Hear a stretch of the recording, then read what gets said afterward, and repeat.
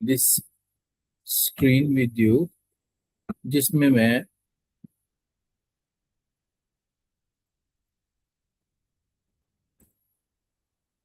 अ, यान बेटा आप ठीक ठाक हैं? जी सर, अल्हम्दुलिल्लाह। वैसे तो बेटा हमने to the point O levels के पॉइंट ऑफ व्यू से, आपके पियर्सन के पॉइंट ऑफ व्यू से जो है मैंने लाइट का टॉपिक करवाना है। लाइट जो है वो बेसिकली मेन चीजें मैं लिखता चला जाता हूँ। इट इज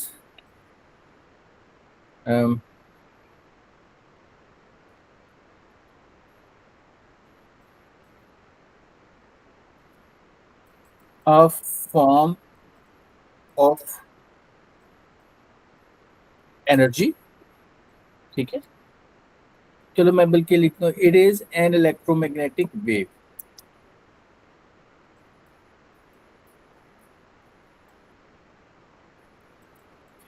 ये बात कहने का मतलब है कि जो प्रॉपर्टीज इलेक्ट्रोमैग्नेटिक वेव्स की होती हैं, लाइट की भी सारी की सारी वही प्रॉपर्टीज है, लेकिन इसमें एडिशनली ये है कि ये विजिबल है। It is a visible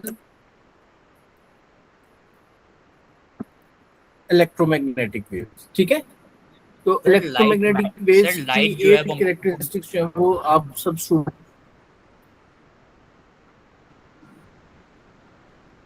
sir light is a form of हाँ, मैटर एंड वेव लाइट क्या बोथ। है सर लाइट मैटर मैटर है। जी? नहीं, आपने यहाँ पर लाइट को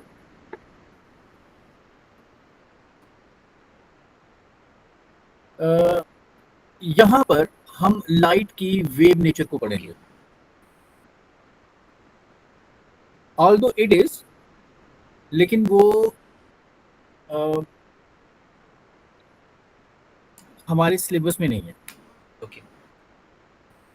ड्यूअल नेचर, लाइट की ड्यूअल नेचर होती है, ठीक है, लेकिन वो हमारे सिलेबस में नहीं है। हम लोग इसे पढ़ रहे हैं वेव्स के चैप्टर में। ठीक है, मैं एक और चीज लिख के देता हूँ जिसमें आपको शायद ये ज्यादा यूजफुल साबित हो कि वेव्स जो हैं, आपको पता होना चाहिए कि वेव्स क्या हैं। और हमारे चैप्टर के अंदर, हमारे सिलेबस के अंदर वेव्स के चार छोटे हिस्से हैं, या चार हिस्सों में हम इसे डिवाइड कर सकते हैं।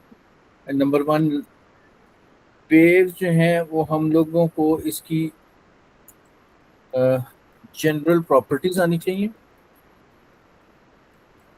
ठीक है। नंबर टू, वेव्स जो है वो एज अ यानी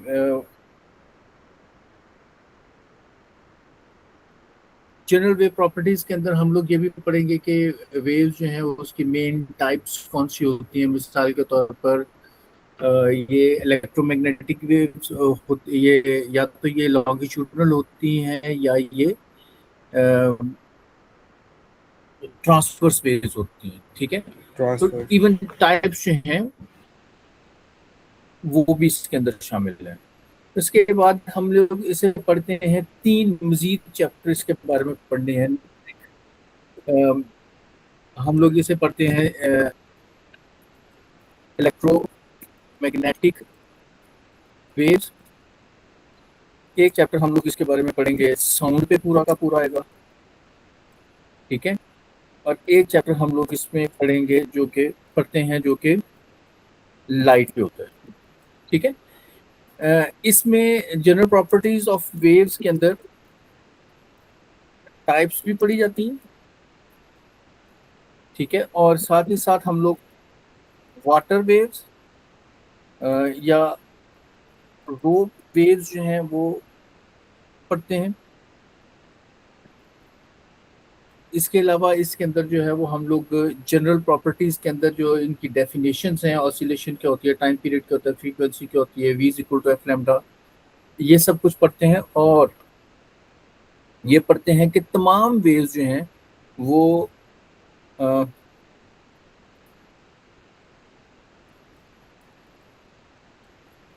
रिफ्लेक्ट करती हैं, रिफ्रैक्ट करती हैं,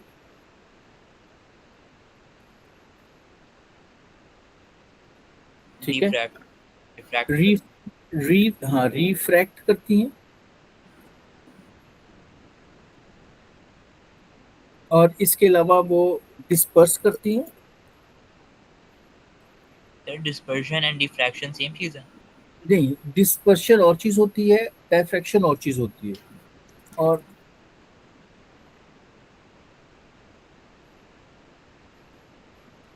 डायफ्रैक्शन करती हैं और इंटरफेयर करती हैं। आपके सिलेबस के अंदर जो है वो डायफ्रैक्शन ऐसा इतनी डिटेल में या बाकी चीजें जो है इतनी डिटेल में नहीं है। हमारा मेन फोकस रिफ्लेक्शन और रिफ्रैक्शन होगा, ठीक है। तो मुझे अयान ने नहीं बताया था कि ऐसा से कोई सच इसमें ऐसा कितना इशू होगा, और अगर कोई है तो मुझे बता दें, मैं ऐसे भी डिटेल कर देते हैं। मेरा तो टिपिकली जो मुझे अयान ने कहा था वो तो कहा था कि लाइट के हवाले से मुझे उससे उसके क्वेश्चन अटेम्प्ट करने में मसला क्यों भाई। 4 चैप्टर हैं इसके, जनरल वेव प्रॉपर्टीज है जिसमें नंबर 1 डेफिनेशंस आ जाएंगी सारी, जिसमें हमें पता चल जाएगा इसकी टाइप्स क्या है, लॉन्गिट्यूडनल और ट्रांसवर्स वेव्स और उनकी डेफिनेशंस और उनके दरमियान में डिफरेंस। नंबर 3, तमाम वेव्स की प्रॉपर्टीज कौन सी होती हैं, मिसाल के तौर पर रिफ्लेक्ट कर सकती हैं, रिफ्रैक्ट कर सकती हैं, वगैरह वगैरह। यहाँ तक कोई problem?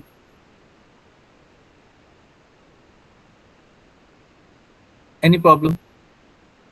No sir. No sir. एक चैप्टर पूरा का पूरा साउंड के ऊपर है जो कि लॉन्गिट्यूडनल वेव्स है। एक चैप्टर पूरा का पूरा जो है वो इलेक्ट्रोमैग्नेटिक वेव्स के ऊपर है। लेकिन इलेक्ट्रोमैग्नेटिक वेव्स में से एक पूरा चैप्टर जो है, या एक पूरा सेक्शन जो है वो लाइट वेव्स के ऊपर है। क्लियर? जी सर।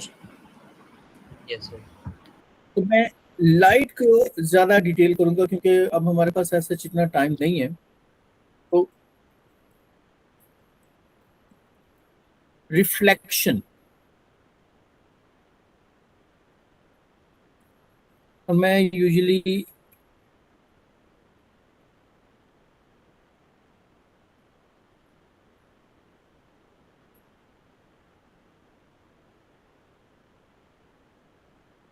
ये वाले वर्ड जो है वो कैपिटल लिखता हूँ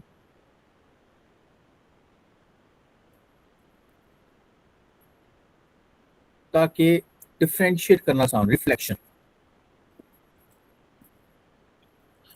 रिफ्लेक्शन होती क्या है जी, ये मेन चीज है हमारी, और मैंने फौरन जो है वो इसके बाद इसके क्वेश्चंस के ऊपर चले जाता। What is reflection of light? जो सर बाउंस बैंक होती आप है। पहले पढ़ चुके हो? शाबाश। ये एक बाउंस बैक होती है, लेकिन इस तरह से होती है कि मैं एक एग्जांपल आपके सामने शेयर कर देता हूँ कि अगर हमारे पास ये एक मिरर हो, ये थोड़ा अ, सर इसकी रिफ्लेक्शन वेरी करती है ना, अगर फ्लैट सरफेस है या वो थोड़ा सा रफ सरफेस है? नहीं जी, रिफ्लेक्शन रिफ्लेक्शन है, कोई भी सरफेस हो, तो ठीक है। उसके ना angle of incidence is equal to angle of reflection होगी। चाहे रफ सरफेस हो, चाहे स्मूथ सरफेस हो, कोई भी सरफेस हो, रिफ्लेक्शन जो है रिफ्लेक्शन है। और जब भी एक लाइट रे रिफ्लेक्ट करेगी वो इस तरह से रिफ्लेक्ट करेगी कि मिसाल के तौर पर इस केस में देखा जाए तो हमारे पास ये अगर एक रे है, मैं I call it as incident ray, जो आ रही होती है, ठीक है। ये मिरर है, ठीक है। मिरर को ये हिट करने के बाद अगर मैं यहाँ पर एक ऐसी लाइन ड्रॉ करूं तो उसे मैं कहता हूं नॉर्मल या परपेंडिकुलर।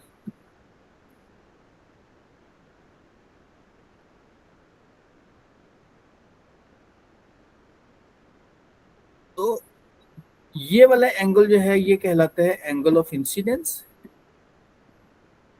और ये जो है यहां से ये रे इस तरफ निकल जाती है, जिस तरफ ये जाती है ना, आपने एरो का साइन इसके ऊपर जरूर देना।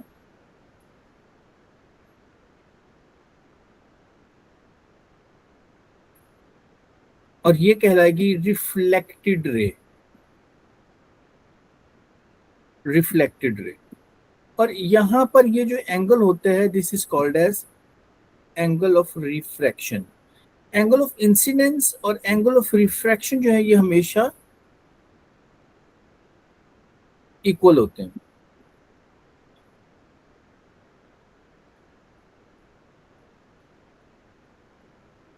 एंड ज़ेदानिया, चाहे सरफेस रफ हो चाहे स्मूथ हो, it doesn't make any difference, ये एंगल हमेशा इक्वल ही रहेंगे। Got it sir. Clear? Yes sir. दूसरी मेन चीज जो इसकी कैरेक्टरिस्टिक है वो है रिफ्रैक्शन। रिफ्रैक्शन के लिए रिफ्रैक्शन होती क्या है? The bending of light when it enters a different medium, it bends towards the normal. Refraction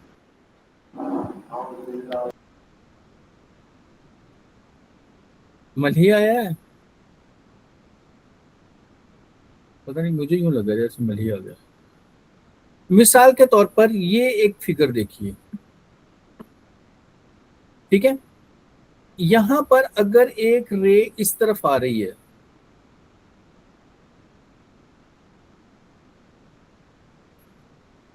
तो ये रे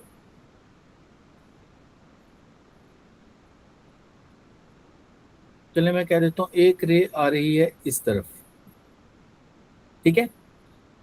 यहां से ये रे जो है, और ये एयर है, बाहर एयर है और ये ग्लास है,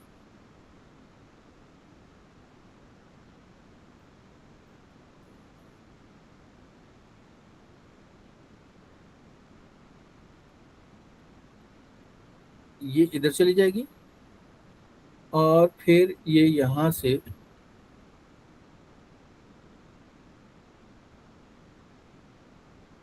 इधर चली जाएगी, ठीक है। अगर मैं यहां पर एक डॉटेड लाइन ड्रॉ करूं, ये एक्चुअली डॉटेड होनी चाहिए, ये ड्रॉ की और मैं एक ये लाइन ड्रॉ कर रहा हूं,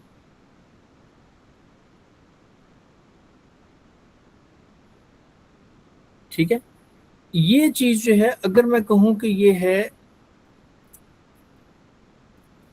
ग्लास और ये जो बाहर है ये है एयर, तो एयर की डेंसिटी जो है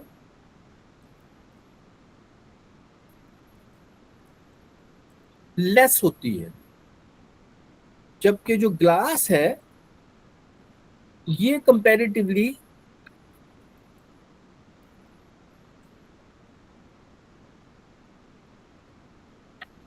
अगर आप देखें तो ग्लास की डेंसिटी एयर की निस्बत ज्यादा होती है, राइट?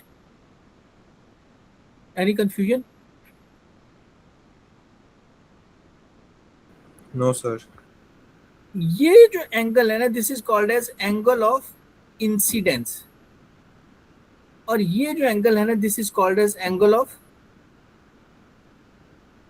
रिफ्रैक्शन। अब यहां पर अगर आप गौर करके देखें तो ये दोनों एंगल क्या एक दूसरे के इक्वल हैं?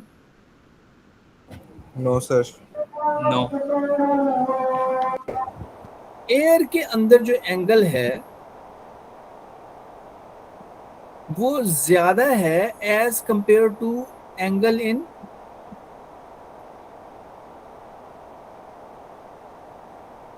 ग्लास, है ना।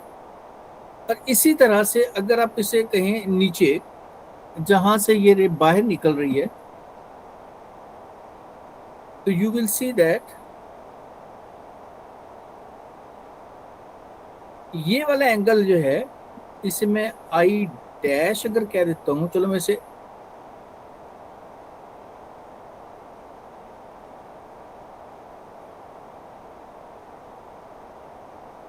आर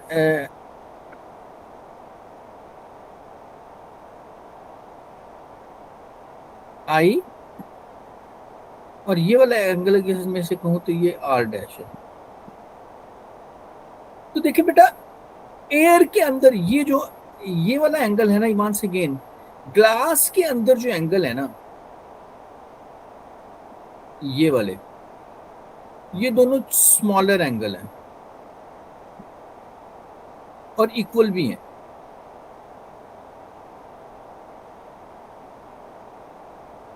जबकि ये जो एयर के अंदर एंगल है ना, ये निस्बतन दोनों बड़े हैं। ये जो ग्लास के अंदर एंगल्स है ये तो कॉम्प्लीमेंट्री नहीं है? कॉम्प्लीमेंट्री हैं। अच्छा, कॉम्प्लीमेंट्री होने का मतलब इक्वल होंगे ना? यस। यस। तो देखिए, इसका मतलब अगर अगर मैं सपोज कहता हूं कि ये एंगल हो 50 सपोज, तो मुझे ये बताइए, ये आर जो है वो 50 हो सकता है? No sir. नो। सपोज ये 35 है, राइट? अगर ये 35 है तो ये वाला एंगल कितना होगा? 35। 35। अच्छा, अगर ये 35 है तो ये कितना होगा?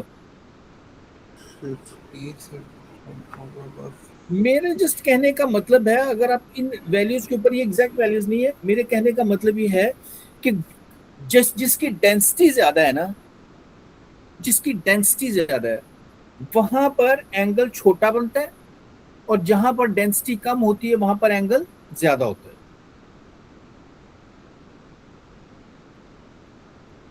राइट? दूसरी बात मैं यहां से ये कहना चाहता हूं कि अगर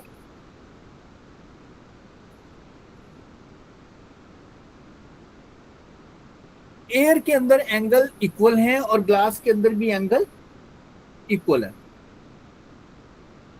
डू यू एग्री? एयर और ग्लास दोनों के अंदर एंगल इक्वल है, अग्री और not?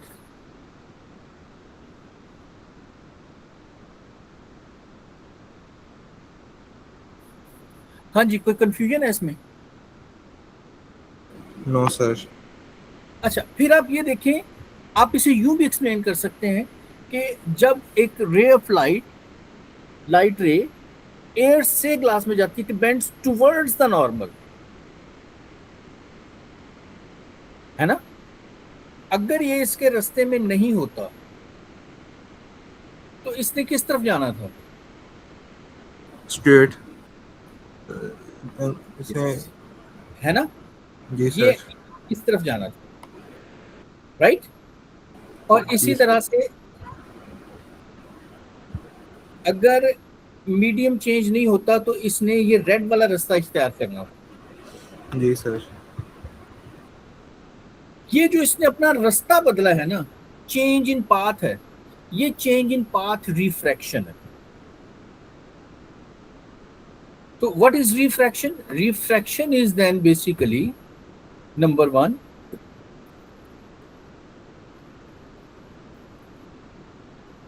Refraction is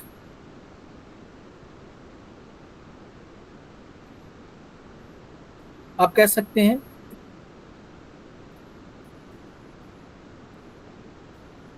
change in path due to change in medium, density का फर्क होने की वजह से, ठीक है? जिसमें अगर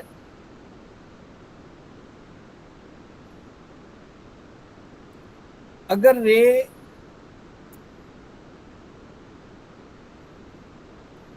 एयर से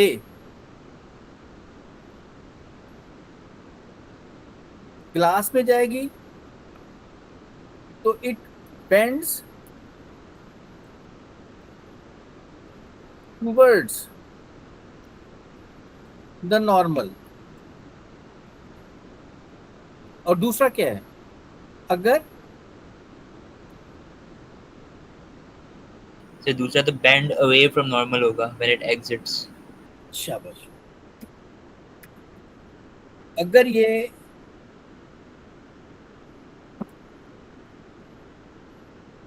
अब ये बात इंपॉर्टेंट है, इसलिए मैं यहां पर रुक कर इसे एक्सप्लेन कर रहा हूं बार बार। अगर ये ग्लास से एयर में जाएगी तो बेंड्स अवे।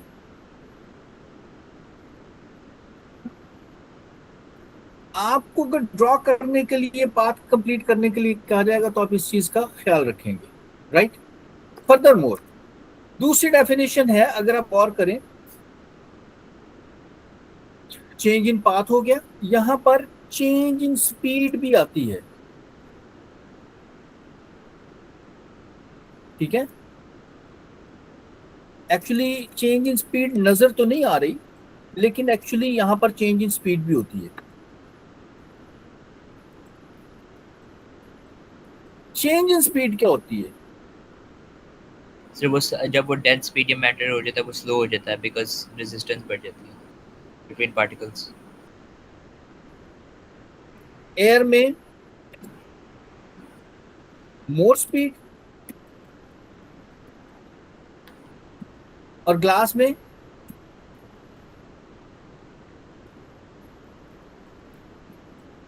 लेस स्पीड, ठीक है। तो इसका मतलब स्पीड का डेंसिटी के साथ क्या ताल्लुक है? Density increase inverse. होगी, इनवर्स स्पीड डिक्रीज होगी, inverse. Yes.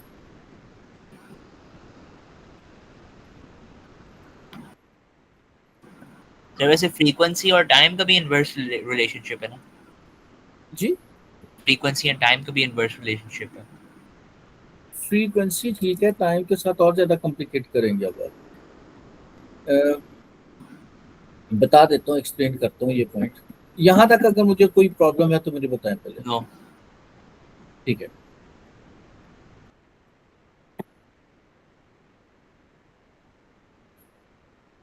For light rays, चूंकि स्पीड चेंज होती है, ठीक है।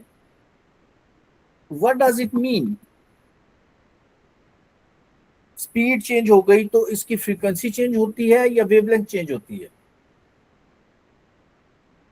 Actually v is equal to f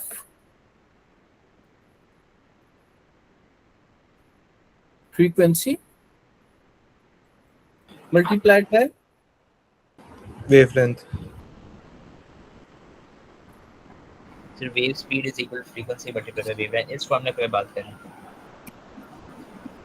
wavelength होती है, ठीक है।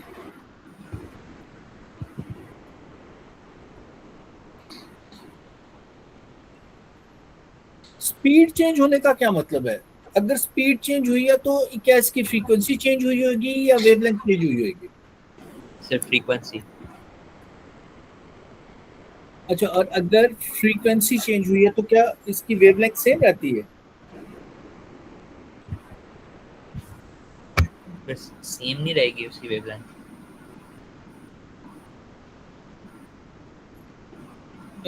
इसके लिए मैं यहाँ पर एक और डायग्राम ड्रॉ करता हूँ,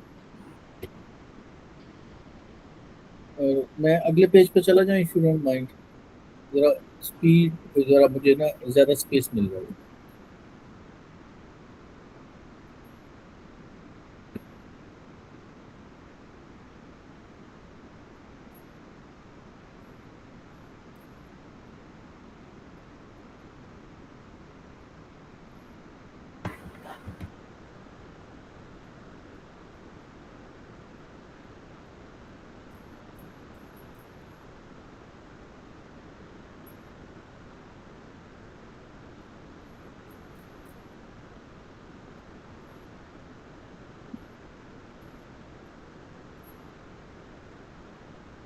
सपोज ये एक हमारे पास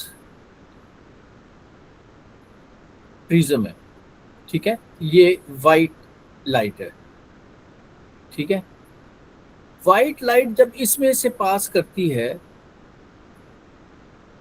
तो ये 7 कलर्स में स्प्लिट हो जाती है।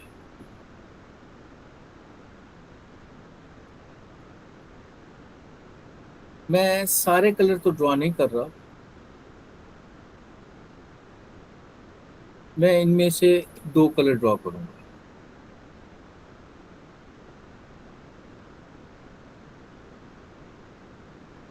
ये मैं कहाँ गया, यहाँ से मैं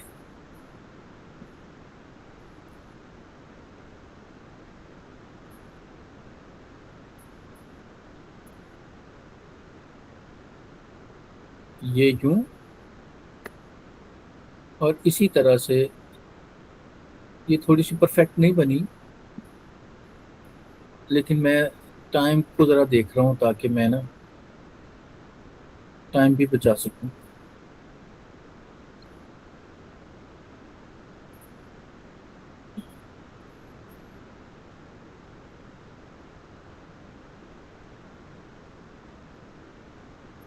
अरे यार, ज़रा इसके साथ गुजारा कर लेना, हो जाएगा, कर लोगे। ये स्क्रीन है, यस।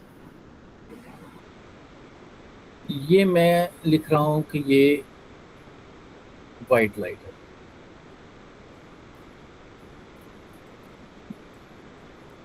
ठीक है। ये जो है ना, ये रेड कलर है, ये वायलेट कलर है, ठीक है।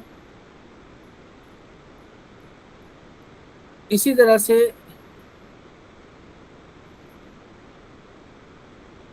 ये वायलेट कलर है, और ये ऊपर जो है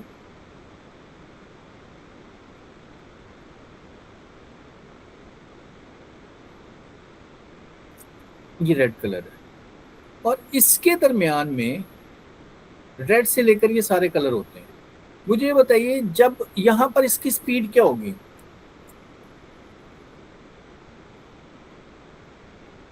इसकी स्पीड यहाँ पे होगी 3 multiply by 10 to the power of 8। ठीक हो गया,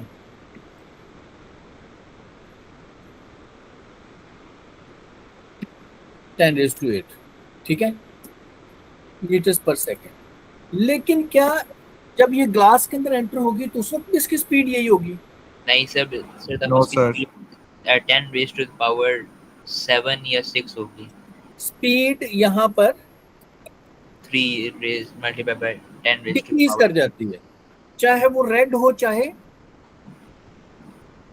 वायलेट हो, चाहे ब्लू हो, ग्रीन हो, इंडिगो, कुछ भी हो। और रेड और इसके दरमियान में ये वाले कलर होते हैं, orange, yellow, green, blue, Proactive। ठीक है। अच्छा, अब अगर ये हो गया है तो इनमें कलर चेंज होने की वजह क्या होती है? व्हाइट लाइट के अंदर डिफरेंट कलर्स क्यों होते हैं? क्या उनकी सर फ्रीक्वेंसी? क्योंकि कुछ रेड की वेवलेंथ सबसे ज्यादा होती है एंड रेड से ऑनवर्ड्स की स्लाइटली डिक्रीजिंग होती है। अच्छा, तो जो जितना ज्यादा बेंड करता है उसकी स्पीड उतनी ज्यादा कम होती है? सर इसको फिर से रिपीट कर सकते हैं? हाँ, जो जितना ज्यादा बेंड करता है ना उसकी स्पीड उतनी ज्यादा कम होती है। ओके। तो बेसिकली जब ये अपने कलर्स में स्प्लिट करता है, तो बेसिकली यहाँ पर देखें, यहाँ रिफ्रैक्शन हुई है क्योंकि मीडियम चेंज हुआ है, रिफ्रैक्शन हुई है, स्पीड चेंज हुई है। लेकिन स्पीड चेंज होने के साथ साथ अगर आप देखें तो इनकी वेवलेंथ्स और फ्रीक्वेंसीज के अंदर का भी जो है वो फर्क है। अब मैं अगर यहाँ पर इमर्जेंट रे को देखता हूँ, तो मुझे ये बताइए कि यहाँ पर तो आप क्या, कोई शख्स ये कह सकता है कि जी पहले वो वाइट लाइट थी तो इस वजह से, लेकिन जब मैं यहाँ पर बात करता हूँ तो यहाँ पर तो ग्लास में भी रेड है ना, यस।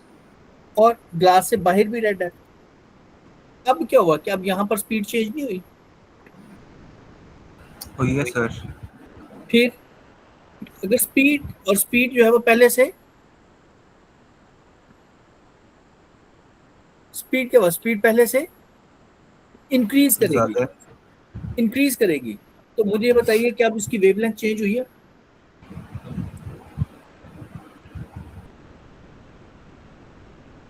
इसकी बताइए। वेवलेंथ चेंज हुई? हाँ जी, इसकी वेवलेंथ तो नहीं चेंज हुई।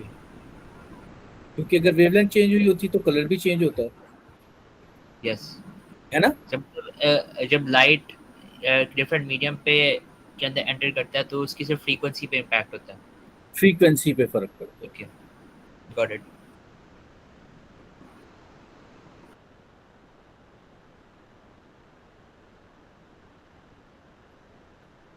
जब लाइट की बात कहते आती है ना इलेक्ट्रोमैग्नेटिक वेव्स की, ठीक है। अच्छा,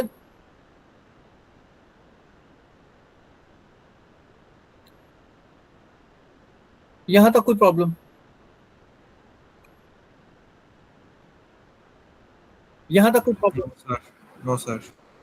मैं इस टॉपिक पे तो थोड़ा बाद में दोबारा डिस्कस करता हूँ। अभी मैं रिफ्रैक्शन के टॉपिक को जो है ना वो पहले जरा एक मोड़ दे लूँ, ठीक है, कंप्लीट कर लूँ। रिफ्रैक्शन को मेजर करने के लिए हम आमतौर पर ये वे अडॉप्ट करते हैं, इसकी 3 डेफिनेशंस ली जाती हैं, हम ये वे अडॉप्ट करते हैं कि रिफ्रैक्शन जो है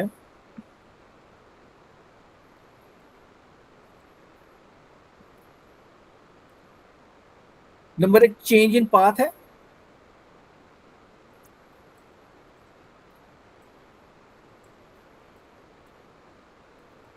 और इसको हम लोग मेजर करते हैं, एक वे अडॉप्ट करते हैं, और वो है हम कहते हैं कि रिफ्रैक्टिव इंडेक्स, रिफ्रैक्टिव इंडेक्स के साथ मेजर करते हैं। Now what is it? इस रिफ्रैक्टिव इंडेक्स जो है वो होता है sign, n is equal to sin I over sin r। शाबाश आपको याद है, ठीक है। Sine of angle incidence in air में लिखने लगा हूं। एयर इस वजह से लिख रहा हूं कि ये अगर आप कंपेयर कर सके, मेरे पास इधर ना साइन, अगर मैं साइन वगैरह लिखूंगा ना तो मुझे थोड़ा थोड़ा डिफिकल्ट लगेगा। Sine of angle in glass. तो अगर मैं यहां पर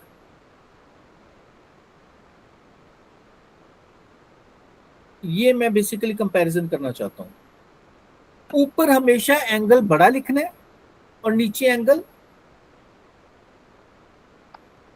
छोटा लिखना है, ठीक है। मैं ऐसे लिखता हूं n is equal to sine, ठीक है। एंगल के लिए साइन है मेरे पास, मैं लिखता हूं i divided by sine of angle r। Clear? जबकि r हमेशा छोटा एंगल होगा जहां डेंसिटी ज्यादा है, और i हमेशा बड़ा एंगल होगा। Is it clear? Yes sir. n का एक और फार्मूला है which is n is equal to c divided by v। What is c? c is critical angle। No, no, no. मैं इसे दोबारा लिख देता हूं ताकि कंफ्यूजन ना हो। n is equal to speed of light in air divided by speed of light in glass.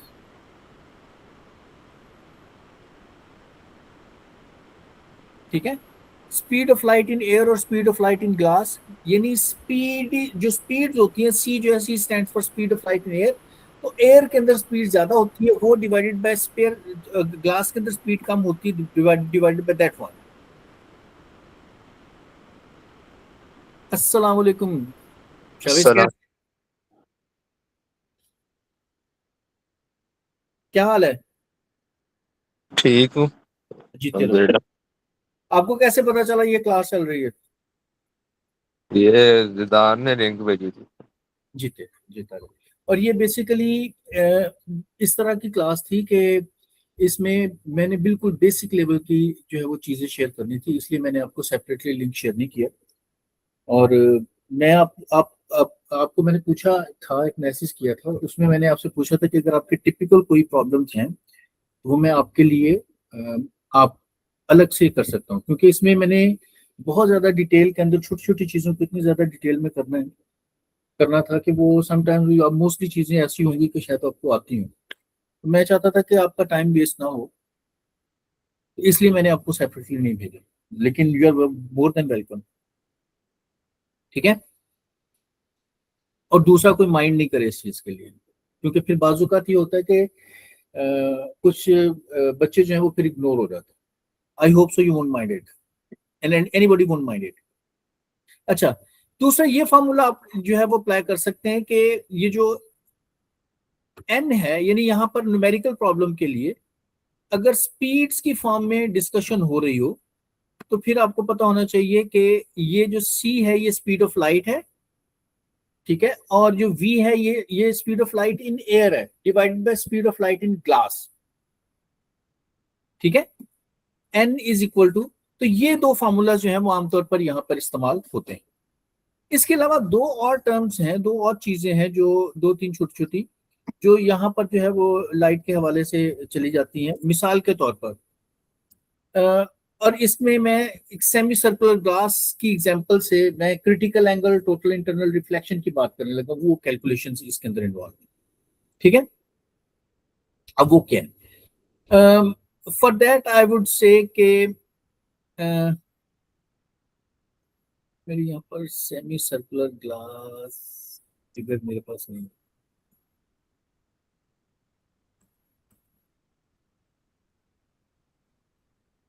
ये देखिए, मिसाल के तौर पर ये हमारे पास एक ऑब्जेक्ट है,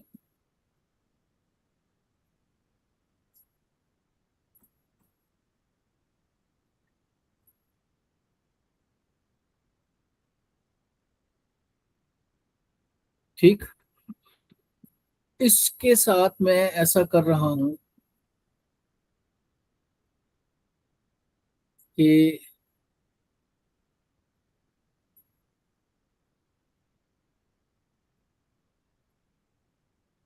ये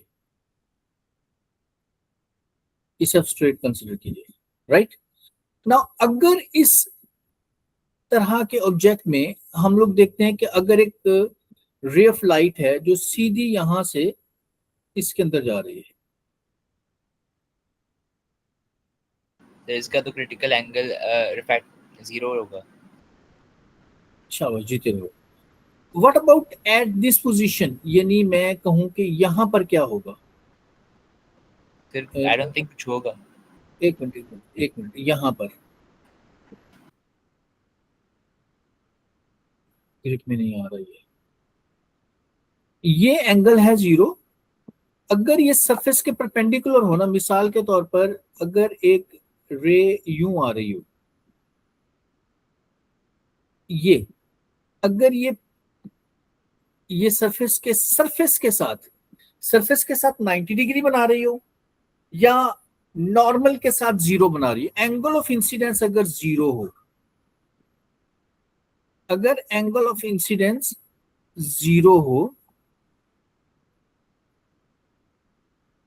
तो ये अपना पाथ चेंज नहीं करती। तो यहां पर तो इसने अपना पाथ चेंज नहीं किया, और इसी तरह से अगर मैं इसे इवन यहां से बाहर ले जाऊं तो ये अपना पाथ चेंज नहीं करेगी, राइट। इसी तरह से अगर मैं एक रे को कुछ इस तरह से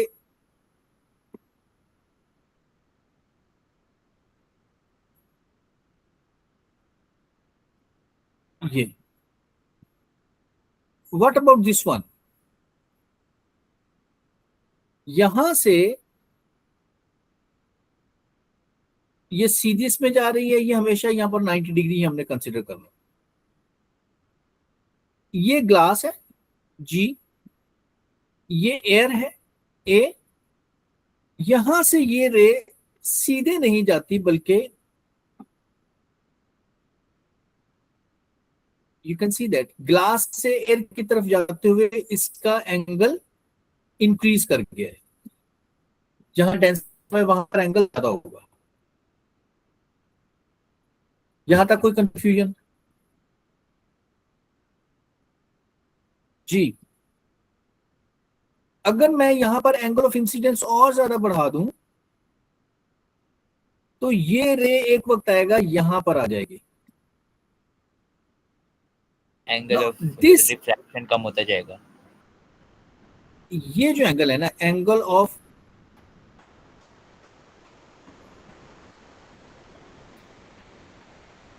ये वाला एंगल, इसको हम कहते हैं क्रिटिकल एंगल. ये इसकी डेफिनेशन क्या है?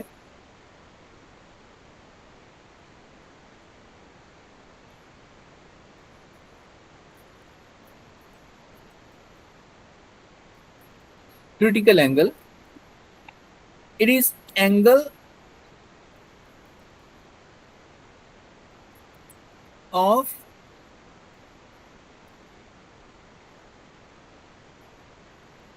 incidence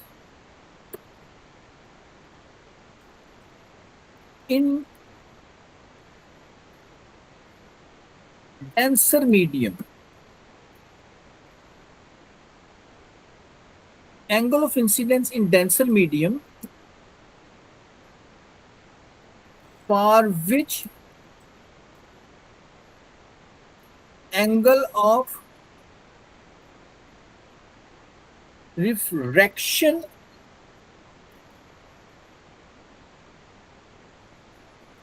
is 90 degree. Angle of incidence in denser medium for which angle, आप यहां पर देखें, ये जरूरी है यहां पर एंगल ऑफ इंसिडेंस ये डेंसर मीडियम के अंदर होना जरूरी है. Angle of incidence in denser medium for which angle of refraction in rarer medium और in air is 90 degree is called as critical angle. ये ग्लास के अंदर बनने वाला जो एंगल है इसे हम क्रिटिकल एंगल कहते हैं. यहां तक कोई कंफ्यूजन? कौन सा? क्लियर? अच्छा अच्छा, वो शावेज चला गया? यस, खुद ही चला गया? उसने मुझे बताया था वो अभी सीएस का पेपर करने गया. हाँ, देखो मैं नहीं चाहता कि जो सच्ची बात है कि ज़ैदान और अयान जो है, अगर मैं एडिशनली ये क्लास ले भी रहा हूँ तो उनको समझ ना आए. इनको ज़ैदान या अयान अली को मेरी फर्स्ट प्रेफरेंस ज़ैदान और अयान अली है. मली Yes. भी था लेकिन मली बादशाह आदमी है, फिर नहीं आ सका. अब देखो मैंने जो ग्रुप में भेजा था ये मैसेज. खैर, हम आगे बढ़ते हैं. यहाँ तक कोई कंफ्यूजन तो नहीं है ना? नो. चले मैं आगे बढ़ता. तो मैं कहता हूं कि हमने पढ़ रखा है कि n is equal to sine of angle in air divided by sine of angle in glass. Glass. इस फार्मूला के मुताबिक बताएं तो n किसके इक्वल हो गया? n is equal to sin I over sin R. Sine air के अंदर कितना एंगल है? 90 डिवाइडेड बाय इसके अंदर कितना एंगल है?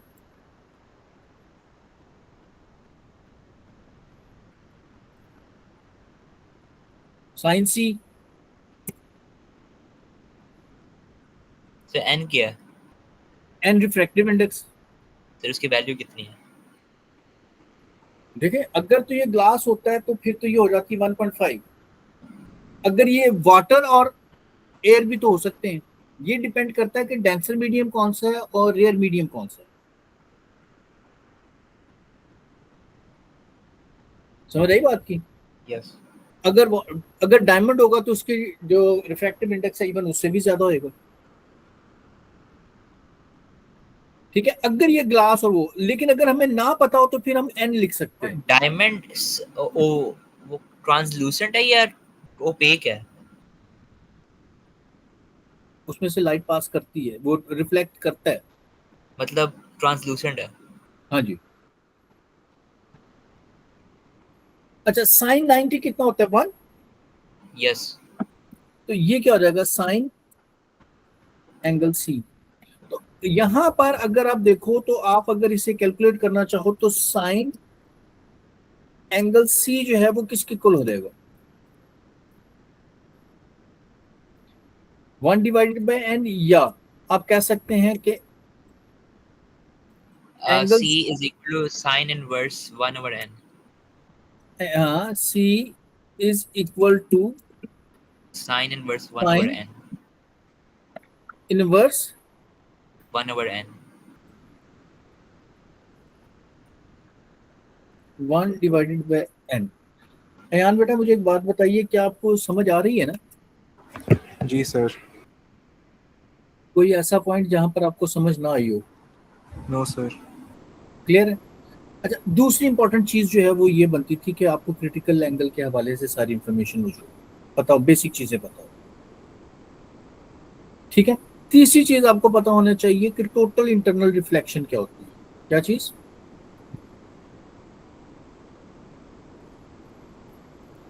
Total internal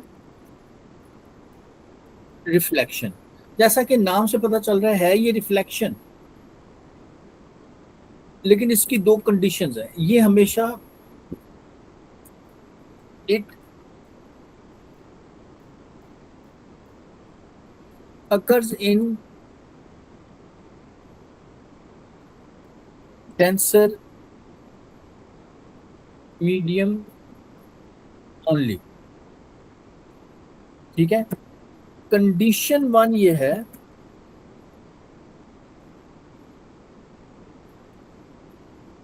light must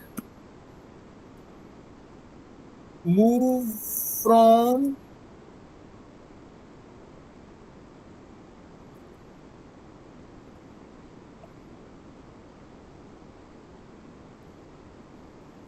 denser to rare medium। ठीक है, right. Number to,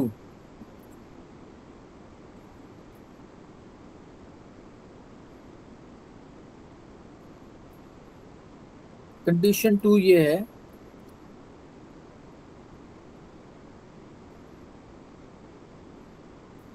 angle of incidence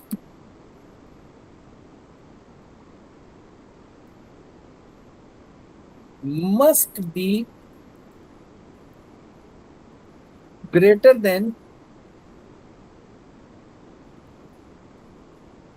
critical angle. मिसाल के तौर पर ये जो ऊपर हमने डायग्राम बनाई थी, अगर एक रे ऐसी हो,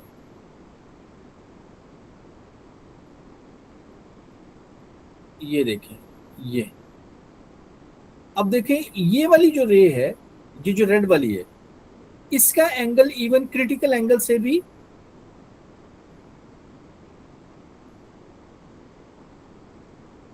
ज्यादा है। ये देखो, क्या ये एंगल,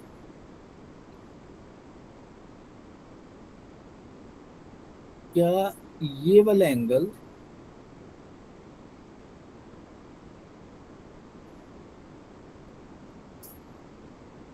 ये ये क्रिटिकल एंगल से ज्यादा नहीं है?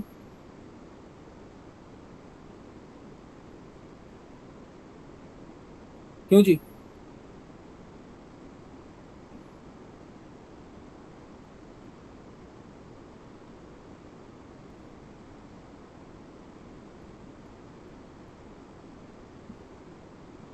अब बताइए, क्या ये वाला एंगल, ये जो ग्रीन वाला है,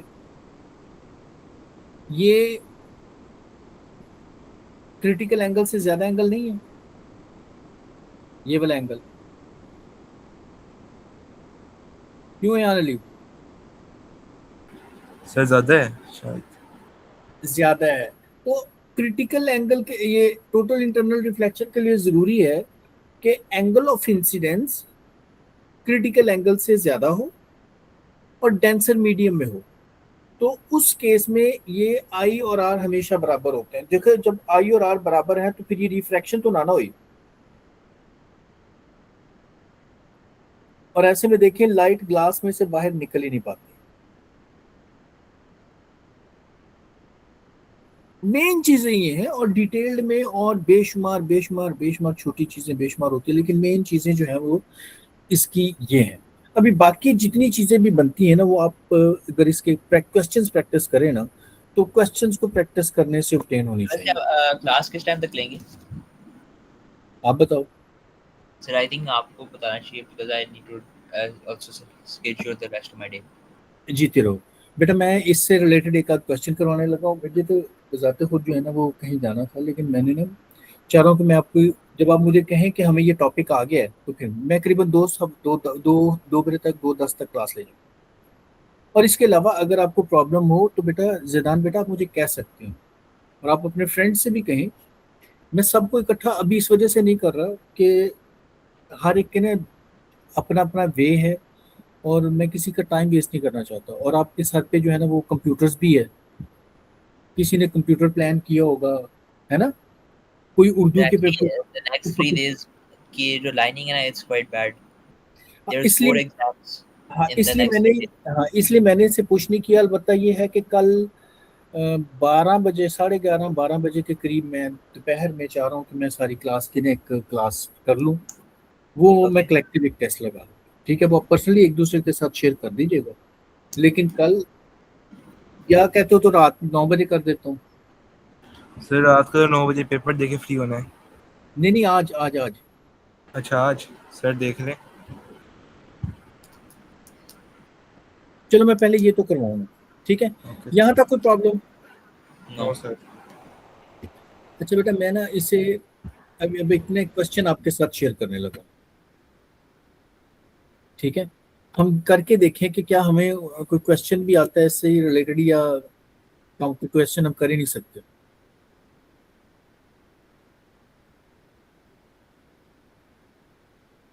ये कौन सा क्वेश्चन है?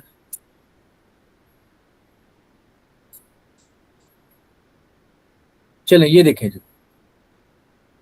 अब बयान अली आप मेरे साथ आ जाओ बेटा, जी आप मुझे सर। बताओ जी। फर्स्ट क्वेश्चन मुझे बताइए। सर रिफ्लेक्शन मीन जब वो सरफेस में हिट करेगा वो बाउंस बैक होगा। Well, what is meant by the term refraction? Refraction mean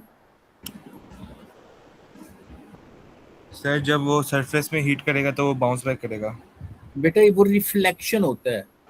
नहीं नहीं सर सर मैं जी ये सर ये जब सरफेस में हिट करेगा ये अपना डायरेक्शन चेंज कर देगा। No, the change in path, refraction is the change in path due to change in, ये बेटा चेंज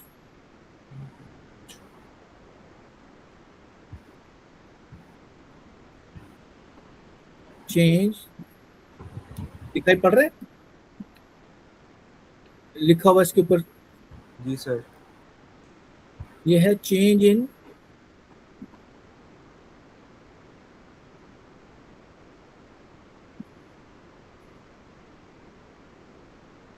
फॉलो।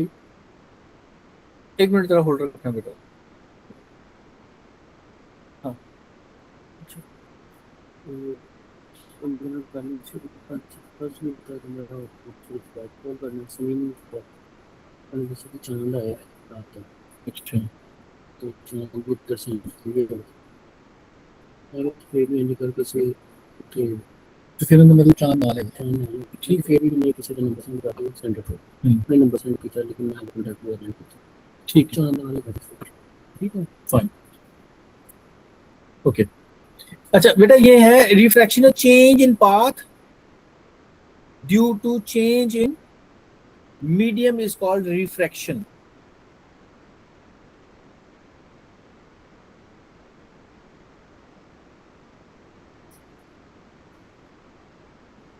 राइट? मुझसे यहाँ पर ना वो जरा टाइप नहीं हो रहा, जी सर। तो मेरा ख्याल है कि अब आप लिख सकेंगे, इसे लिख लेंगे। जी सर। लिख सकते दूसरा, हैं। the diagram shows a ray of light from a torch incident on the surface of a pool of water। तो देखिए बेटा गौर करें, ये है एयर, वाटर डेंसर है। हाँ वाटर डेंसर है। तो अगर रे जो है वो ज्यादा डेंसर मीडियम की तरफ जाए तो क्या होता है? It bends towards normal bends toward normal. अच्छा, यहाँ bends towards and normal. changes direction. अच्छा, ये लिखा है 45 और ये लिखा है 43 33। 33। The angle of refraction of the रे of light is 33, draw the path. अब यहाँ पर जो है आपको So ये क्या पेपर में करना कर लेंगे, है? हाँ जी, एग्जाम में ये कर लेंगे, ये वाला पार्ट। हाँ, लेकिन ना ये कुछ बच्चों को ये थोड़ा सा मुश्किल लगता है। मैं ऐसा करता हूँ कि मैं यहाँ पर डी ड्रॉ करके दिखाता हूँ आपको। इस तरह ही करना है। ये डी हो रहेगी, राइट? यहाँ जी पर सर। 90 होगा और यहाँ से आपने 33 मार्क करना है।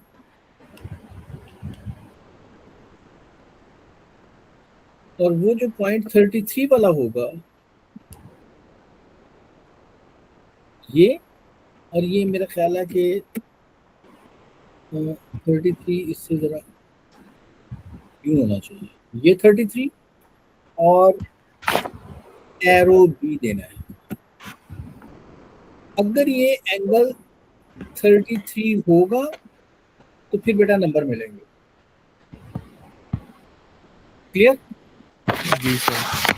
फॉर्मूले क्या लिखेंगे? Angle of incident divide by angle of.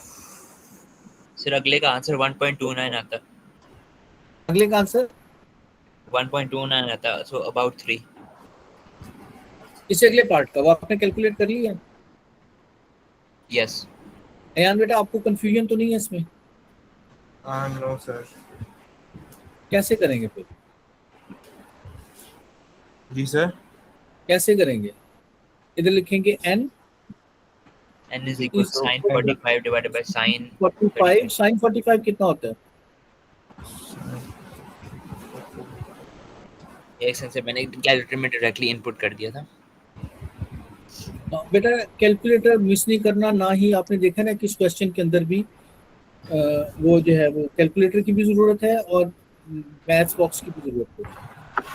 पर sin 45 होता है 0.7 707 है? 707। हाँ, इतना ही होता है। नहीं, लेकिन आपने ना यहाँ शो करना है ताकि पता चले एग्जामिनर को कि आपको पता है कि इनमें से साइन वो इंसिडेंस कौन सा है, और उसके बाद वैल्यू पुट करके सॉल्व करो। ठीक है, हो जाएगा। फिर वैसे ये जी मार्किंग सर। मैंने इसके चेक किया, वो 2 स्टेप भी एक्सेप्ट करते हैं। वो क्या करते हैं? 2 स्टेप भी एक्सेप्ट करते हैं। यार मेरी बात सुनो, ज़ैदान, हमने ना कोशिश करनी है कि कोई स्टेप मिस करे ही ना। अगर ये 3 मार्क्स के लिए होता फिर क्या करते? फिर वो स्टेप लिखते हैं। हाँ, तो जब आपको इतना ज्यादा प्रिसाइज हो, जब वो हो जाएंगे ना, माइक्रो मैनेजमेंट करेंगे तो मार्क्स लूज होने के चांस है। थोड़ा सा एक स्टेप आप ज्यादा, मतलब फ्लो के अंदर लिखते, जब आपको आता है तो फ्लो के अंदर लिखते लिखते को इतना टाइम भी नहीं लगता। इट इज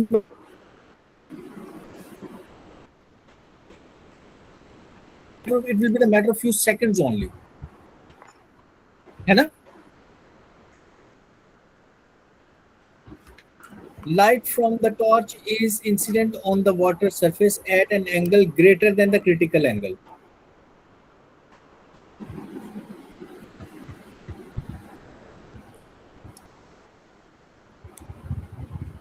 डायग्राम ड्रॉ करो और आपको कंफ्यूजन ना आना हो तो आपने ये डायग्राम जरूर लगाया।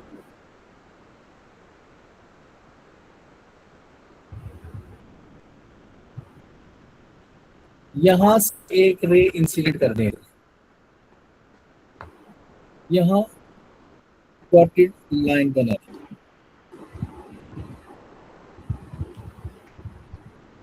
और यहाँ से एक रे ले आए इधर।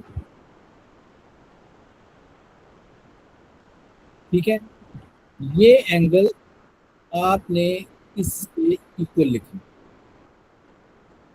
Explain the meaning of term critical angle, आप लिखेंगे डेफिनेशन यहाँ पे, it is the angle of incidence in denser medium for which angle angle of of refraction is 90 degree.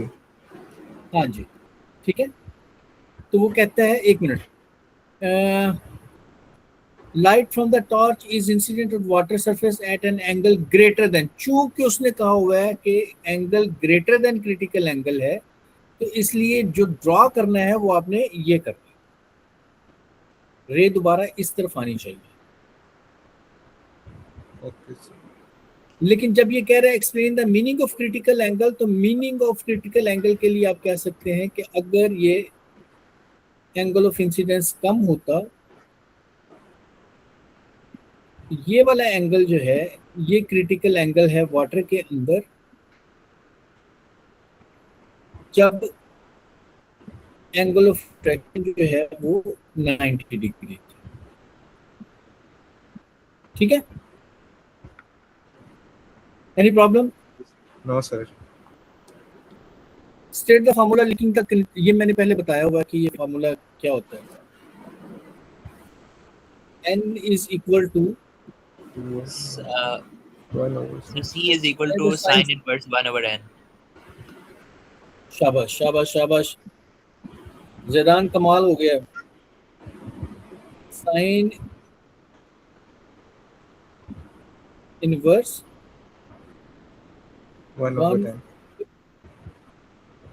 n। तो calculate the critical angle, this one assume that, अच्छा calculate critical angle कितना होगा जी? So I think 50.89 कुछ होगा इसका। वैसे water का 50 क्या लिखा है आपने? 50.89 I think.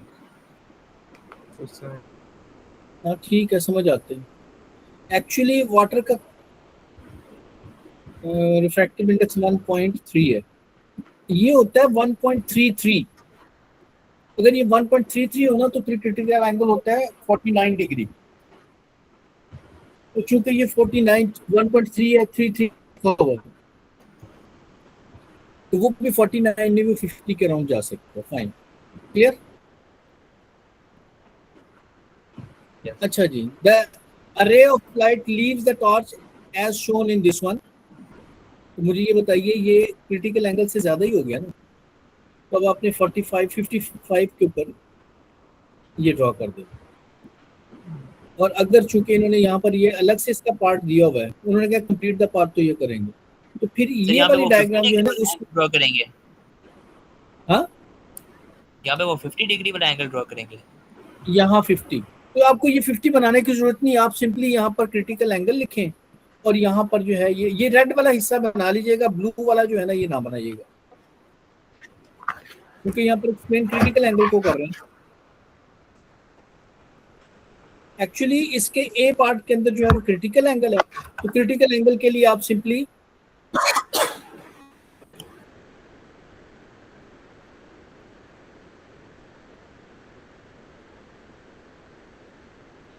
ये ड्रॉ कर सकते हैं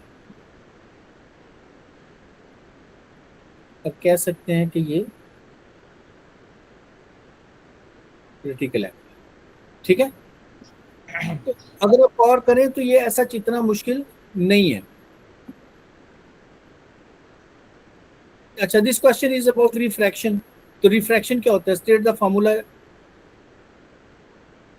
linking critical angle and refractive index. ये भी हमने ऊपर किया तो है, कौन सा फार्मूला होगा?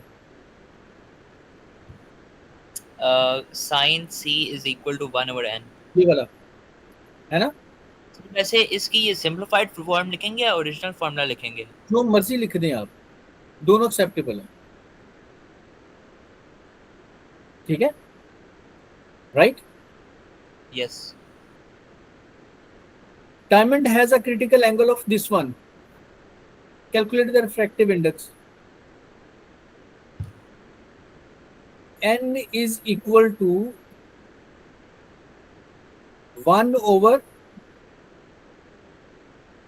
sine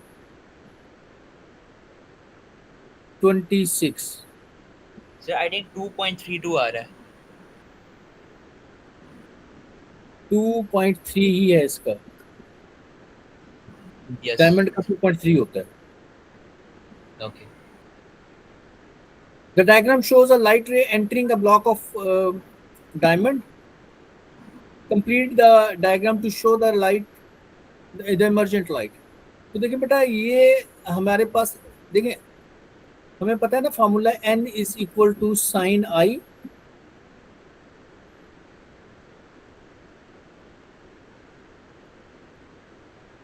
over sine R. Yes, यहाँ ये जो 30 है ये क्या है, साइन आई है, ये साइन आर है?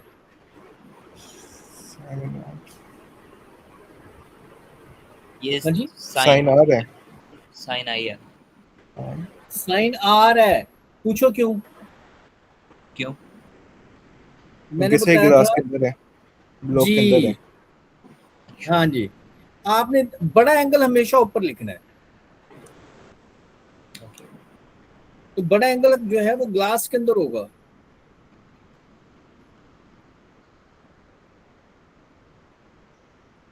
Sign I is equal to, यानी आप लिखेंगे 2.3 मल्टीप्लाइड बाय साइन 30। 30, और जो भी आंसर आएगा ना उसका आपने साइन इनवर्स ले लेना।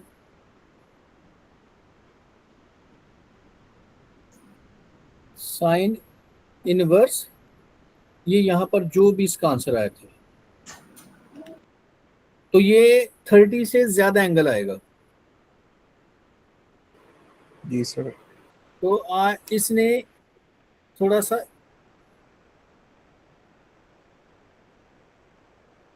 इस तरफ जाना है। ये जो एंगल बनेगा वो यहां बना देना। ठीक है, और आप देख रहे हैं कि ये सारे के सारे उसके साथ रिलेटेड हैं, मैथ्स बॉक्स के साथ और कैलकुलेटर के साथ। जी सर।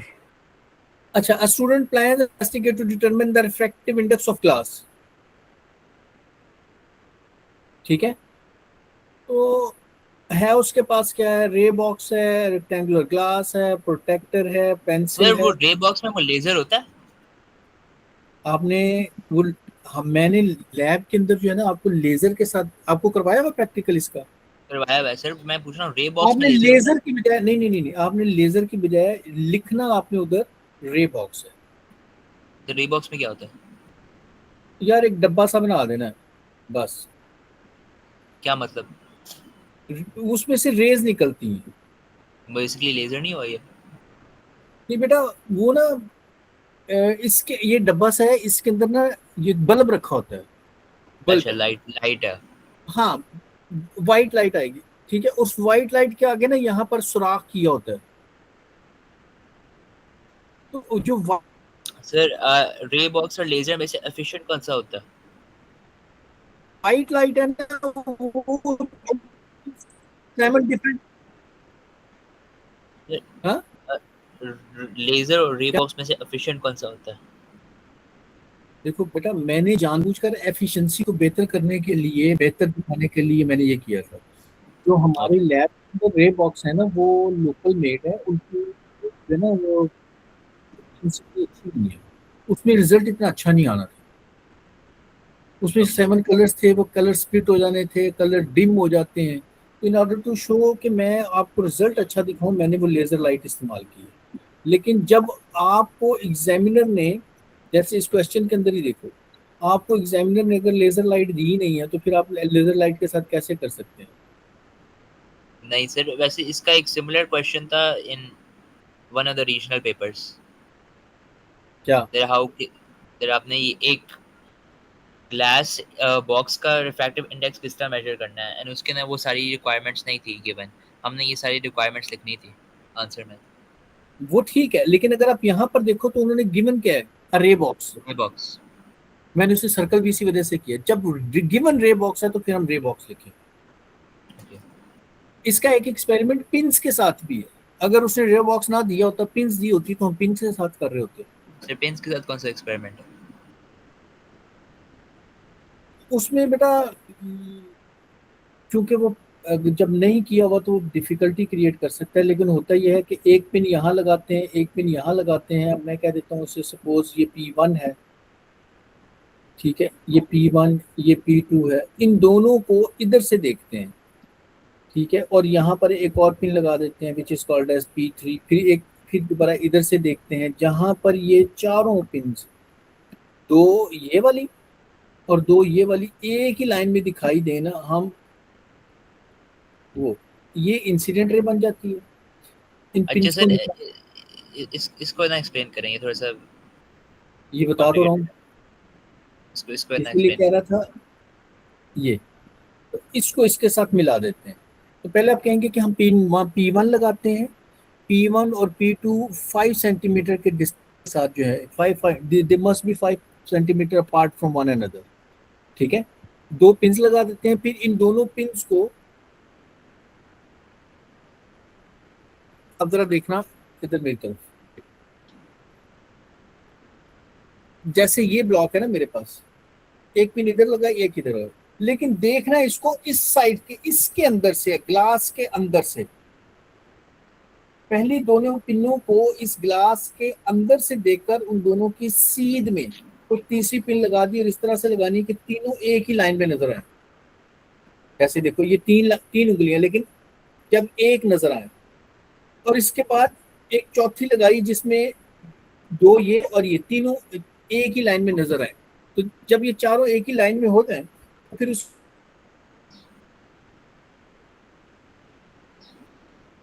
बाद पिन निकाल कर सर्कल लगा देना, फिर दूसरी पिन निकाली सर्कल लगा लिया, फिर तीसरी पिन निकाली सर्कल लगा लिया, चौथी पांचवी। यहाँ पर एंगल ऑफ इंसिडेंस, ये ये यहाँ पर एंगल ऑफ इंसिडेंस और ये एंगल ऑफ रिफ्रैक्शन जो है यहाँ से मेजर करके फार्मूला में पुट करके कैलकुलेट कर लेना, राइट। यस यहाँ हो या यहाँ हो तो फार्मूला लगाना है, n is equal to sine I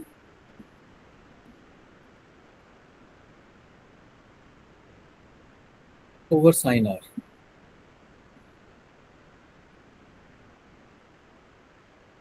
sir, इस तरह का क्वेश्चन आ सकता है पेपर के अंदर, which scenarios does the formula sin i over sin r does not, does not explain। इसका एमसीक्यूज में यूजुअली आता है, which scenario does the formula f is equal to ma does not explain। वहां reflection का कोई, जहां reflection नहीं हो रही होगी वहां पर ये एंगल अगर आ रहा होगा तो आप कहेंगे कि एक्सप्लेन नहीं करता। जहां रिफ्रैक्शन हो रही होगी, रिफ्रैक्शन में हर जगह आप क्या लिखेंगे, Okay। आ सकता है, क्वेश्चन बनाने वाले पर है। उसके बाद देखिए बेटा, यहां पर आपने क्या करना है,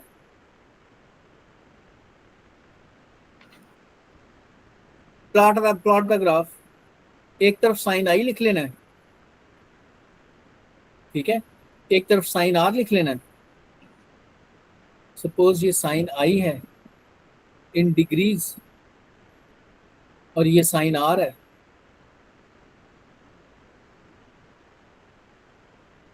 और यहां पर इन्हें लेबल कर लेना है। जैसे देखें तो ये शुरू में क्या क्या है, जीरो से शुरू कर सकते हैं। सर, अगर हम जीरो से ना शुरू करें फिर भी ठीक होगा?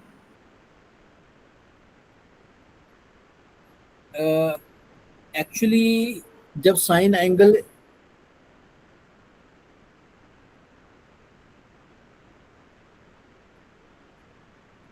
इधर देखो जरा, बात यह है कि जब एंगल ऑफ इंसिडेंस नहीं होता तो एंगल ऑफ रिफ्रैक्शन होता है। नो। यस, तो ये शो करने के लिए कि अगर एक चीज ना हो तो दूसरी क्या होगी, इसलिए जीरो से शुरू करते हैं। ये एक ओके। स्ट्रेट लाइन बनती है हमेशा, और इसका ग्रेडियंट जो है वो रिफ्रैक्टिव इंडेक्स होता है। अगर मैंने वाई एक्सिस के ऊपर साइन आई लिया है, एक्स एक्सिस के ऊपर साइन आर लिया है, तो इसका ग्रेडियंट क्या होगा, sine I over sine R नहीं हो जाएगा।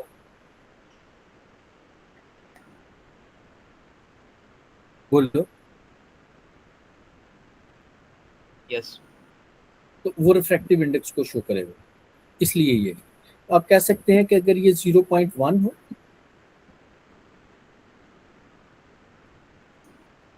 ये 0.2, 3, 4, 5,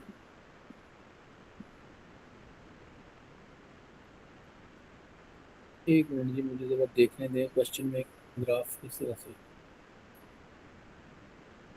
जी, इसे 0.6 लिया जा सकता है, 7, 8, 9, 10, ठीक है। और इधर से आप कह सकते हैं 0.1, 2,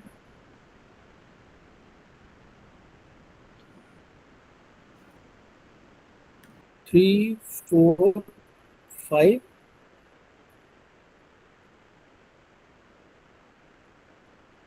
सारे values इसके अंदर आ जाएंगे। तो आप यहाँ पर साफ मेंशन कर देना कि ये जो है 1 सेंटीमीटर जो है एक्स एक्सिस के लॉन्ग ग्राफ क्या है,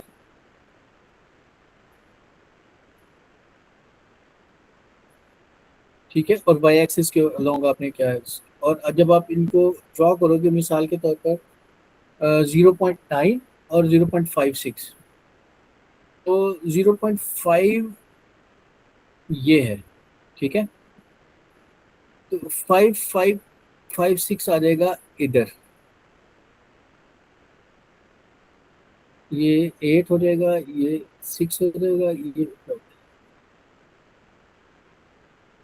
0.245 और ये करीब करीब यहाँ पर पॉइंट आना, ठीक है। और 9 पर क्या है, 9 पर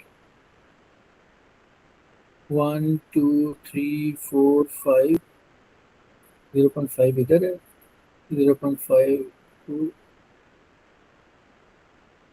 करीब करीब यहाँ पर पॉइंट आ रहा है। तो इसी तरह से बाकी पॉइंट्स को अगर मिलाएंगे ना, तो ये स्ट्रेट लाइन बन जाएगी यहाँ से लेकर यूं। और कुछ पॉइंट इसके ऊपर जाएंगे, कुछ पॉइंट इसके नीचे आएंगे, और कुछ एक पॉइंट्स के अंदर से ये पास कर रहा होगा, ये स्ट्रेट लाइन बना।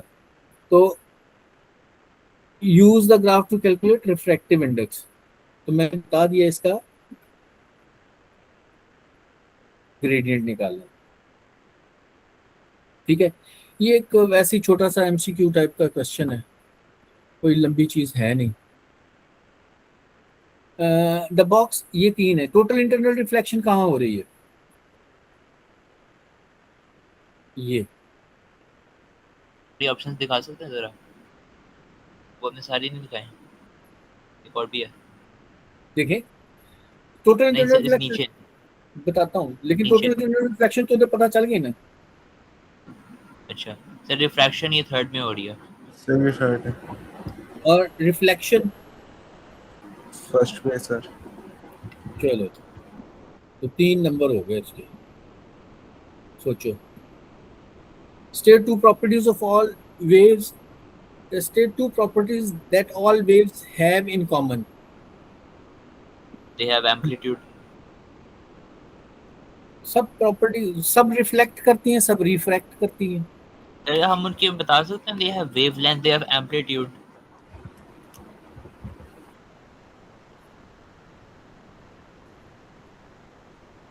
The question is about behavior, अच्छा कि ये बिहेव कैसे करते हैं, अच्छा, देन वही ठीक है, they all reflect and they all refract. ठीक है जी। यहाँ तक कोई प्रॉब्लम? नो। बाकी बेटा क्वेश्चन वेरी कर जाते हैं, जब आप प्रैक्टिस करेंगे तो क्वेश्चन और ज़्यादा आपके बेहतर हो जाएंगे। Any question? No sir. अच्छा, अब अगर आप कहते हैं तो मैं आपको वो वाला जो क्वेश्चन आप कह रहे थे सीरीज और पैरेलल वाला, वो समझा देता हूँ। सिर्फ फिर वो आप सिर्फ लाइक मुझे 1 on 1 समझा दें। नहीं, अगर एयान भी समझना चाहता है तो हमें कोई एतराज नहीं है। ठीक है सर। सर फिर वो आप लाइक आपको क्वेश्चन ढूंढना पड़ेगा, क्योंकि वो मैं मुझे नहीं मिला इन ओल्डर पास पेपर्स, वो अर्लियर में ही है कहीं। क्या चीज? लाइक ये explain question? how this would vary in explain भाई how नहीं नहीं, current ये या actually resistance would vary in series भाई like मेरी बात सुन, एक 6 मिनट एक marks। मिनट भाई, मेरी बात सुन। बात ये है कि अ, खुदा की करनी ऐसी है कि मैं, खुदा ने मुझे टीचर बनाया, ओके ठीक है। तो पढ़ेगा वाली, ठीक है। आप सही कह रहे हैं कि मुझे ढूंढना पड़ेगा, लेकिन ये ले मैं क्वेश्चन निकाल लेता हूँ। I won't take too much time, और मैं वो क्वेश्चन आपके साथ शेयर करता हूँ, ठीक है? यस। और देन अगर मैं ऑल्सो रिटर्न, उस क्वेश्चन हाँ, में कोई जस्टिफिकेशन भी इस्तेमाल की जाती है विद फार्मूलाज, तो वो भी एक्सप्लेन कर दें। मैं एक क्वेश्चन है, वो क्वेश्चन ही, और अगर मैं अब रिटर्न फॉर्म में क्वेश्चन हो मेरे पास ऑलरेडी अटेम्प्टेड, तो चलेगा कि कैसे किया होगा? Okay, sure sir, I can see an ideal answer. हाँ, मैं इसे,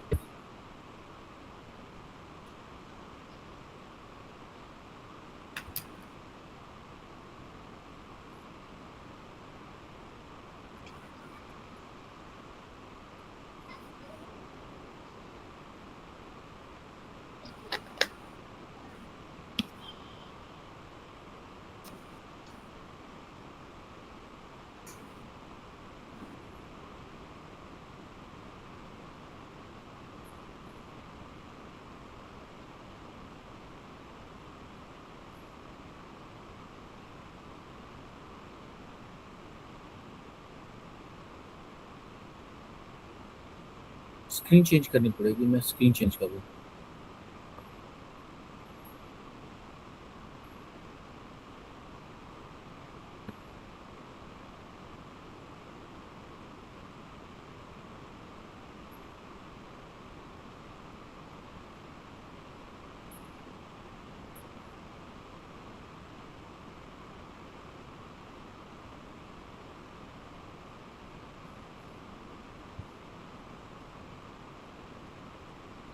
स्क्रीन चेंज हो नहीं रही यार।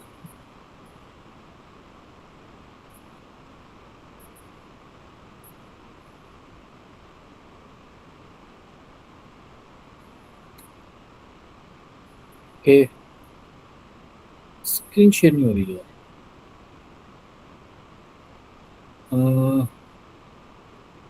Well, let me open it somewhere else. इस क्वेश्चन,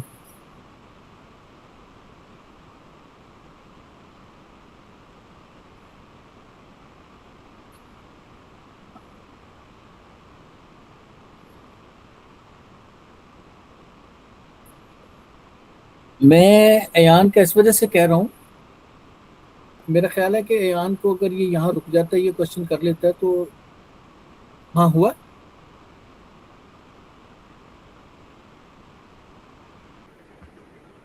बहुत सर स्क्रीन शेयर नहीं हुई। कैन नॉट शेयर स्क्रीन, नहीं हुई। नहीं सर।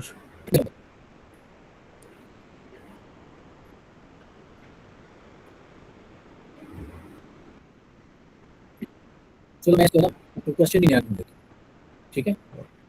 ताकि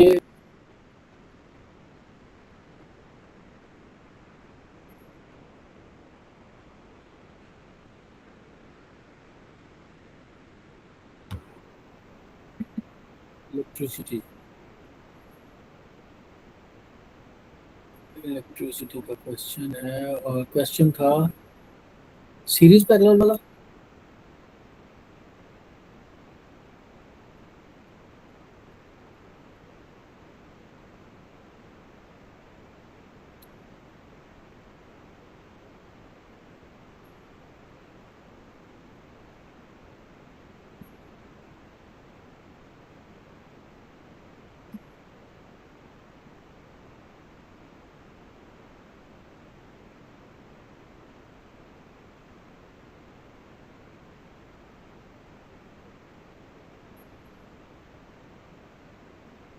ठीक है।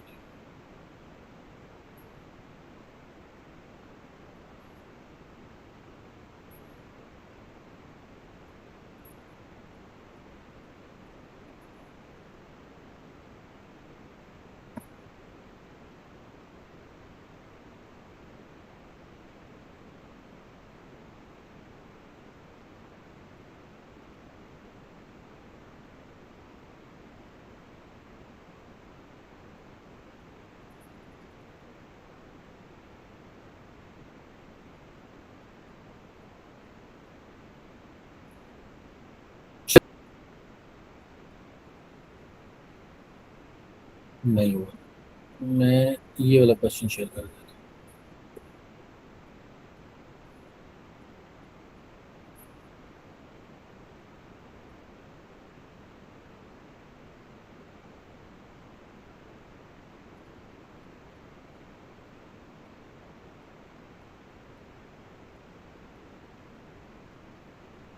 हो रहेगी।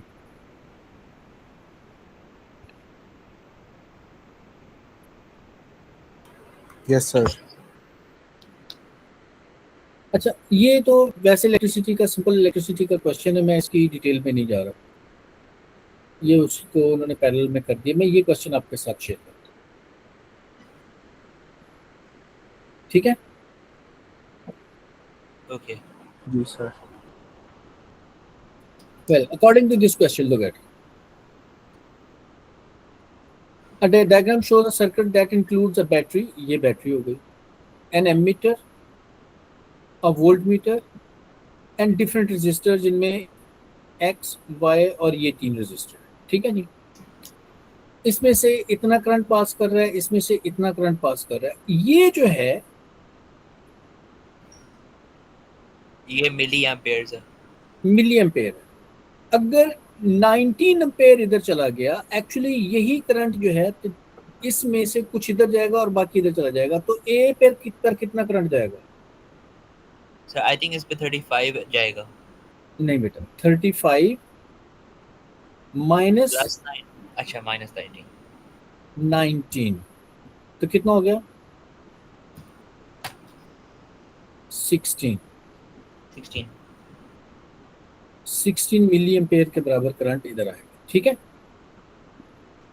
तो give the Yes. Volt meter. अच्छा, वोल्ट मीटर की पहला क्वेश्चन ये है कि वोल्ट मीटर की क्या रीडिंग होगी? तो बेटा सर अगर 6 ये होगी या 12, 12 होगी? हाँ, ये जो है अगर ये 12 है ना, तो मैं इधर पहले पैरेलल सर्किट की कंडीशंस लिखता हूँ। नंबर 1, V जो है वो हमेशा इक्वली डिस्ट्रीब्यूटेड है अमंग ऑल इक्वल कंपोनेंट्स। रहते हैं, डिस्ट्रीब्यूट नहीं होता, रहते इक्वल है। तो ये कितना होगा? 12 वोल्ट, ठीक है? राइट? जी Yes. सर। अगर मैं यहाँ वोल्ट मीटर लगाया होता ना, क्योंकि मैं समझाने की गर्ज से कर रहा हूँ, तो ये भी 12 होती। तो ये भी 12 होना।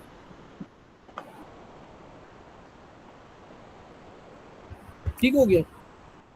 जी सर। अच्छा, अब अगर ये 19 मिली एम्पेयर है और ये 12 है, तो ये कितनी रेजिस्टेंस होगी? तो यहाँ पर मैं लगाऊंगा R is equal to V over I. I। V है 12, 0.3 0.36 63 सॉरी। एम्पेयर क्या नाम है, मिली लगाया है ना? 9 0.019 लगाना है आपने। अच्छा। इसको कन्वर्ट करो मिली में, तो आपको 1000 से डिवाइड करना पड़ेगा। जी सर। ओके आपने 1000 से डिवाइड करके लिखा है? सर वो तो मैं एंड पे मल्टीप्लाई भी कर सकता हूं by 1000 to bring it back into resistance. बेटा मेरी बात सुनो, एंड में ना करना, ये साथ साथ करो, अच्छा क्योंकि ओम जो है वो एसआई यूनिट है। अब बताओ ये क्या आएगा? 12 डिवाइडेड बाय 0.0। हाँ जी, 631.57 631 ओम 0.57। 0.57 मिली। ये इतने हिस्से के हमने सब कुछ फाइंड कर लिए, राइट? ओके, अगर यहां से 16 एम्पेयर करंट पास कर रहा है, तो इधर से कितना करंट पास करेगा? 16 एम्पीयर। बताओ। फिर किधर से? कितना करंट पास करेगा? फिर यहाँ से भी 16 करेगा। 0.16। जो कि कितने के बराबर? 0.016। ठीक है, हमें यहाँ पर पता है कि ये V अगर यहाँ पर वोल्ट मीटर लगाओ तो उसकी क्या वैल्यू होगी से जी 12 सर 12 बेटा? यहाँ पर जो V गिवन नहीं है ये होगा इन दोनों के प्रोडक्ट के इक्वल, तो 250 मल्टीप्लाइड बाय 0.0 0.016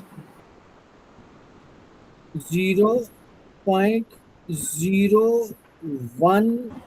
6 क्या आंसर है इसका?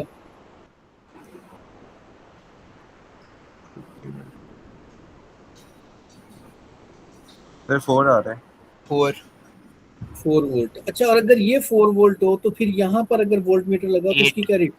8 8 दोनों का सम क्या होना चाहिए? 12 equal to 8, sorry equal to 12। Equal to 12। अच्छा, वैसे अगर 0 पॉइंट, और अगर ये पूछ लिया जाए कि ये रेजिस्टेंस कितनी है तो ये रेजिस्टेंस कैसे कैलकुलेट की जाएगी? R is equal to, V volt I V divide by I तो V कितना है? सर V यहाँ पे 8 8 डिवाइडेड बाय 0.016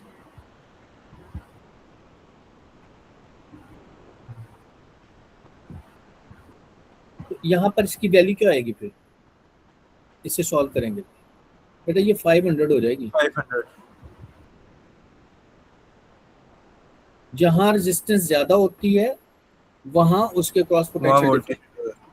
तो देखो बाकी पार्ट्स वही होंगे। कैलकुलेट द रेजिस्टेंस एक्स हमने कैलकुलेट कर ली। Give reason why the reading on the ammeter would be 16, क्योंकि ये टोटल करंट है और टोटल करंट जो है वो दो हिस्सों में डिवाइड कर गया, कुछ करंट इधर चला गया बाकी इधर चला गया, जी है ना? सर यस जी सर अच्छा, इसके अलावा give calculate the resistance Y, वो वाई भी हमने कैलकुलेट कर ली, वो 500 ही है ना? जी sir The resistor X and the voltmeter are removed from the circuit, leaving a break in this part. Explain how the current in the battery changes. जी, अगर ये हिस्सा खत्म हो जाए,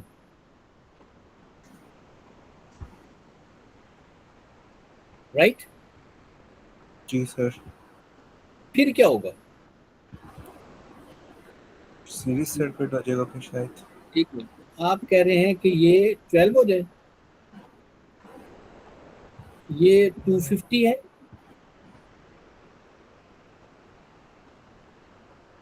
तो सर सारा करंट फिर वो नीचे ही जाएगा जी, सर और करंट 35 पे नहीं रहेगा।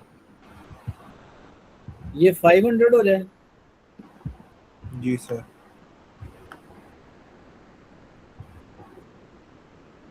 तो जब उधर से करंट ही नहीं है तो वाले दरम्यान वाले हिस्से को छोड़ दो, तो यहाँ पर टोटल आर ही कितना हो गया? इन दोनों का सम करो तो ये हो जाएगा 750 750 750। ठीक है, अच्छा 750 ये हो गया, तो करंट कितना होएगा? सर करंट इसका से अगर 12 वोल्ट ही रहे। हाँ जी, वो तो बैटरी तो चेंज नहीं ना हुई। सर 0.016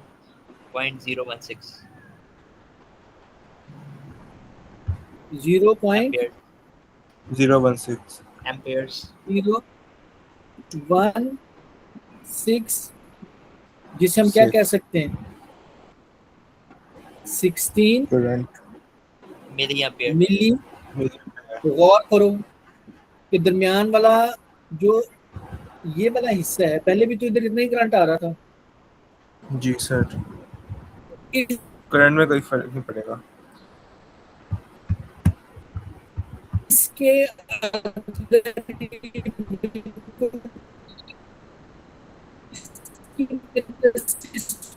फर्क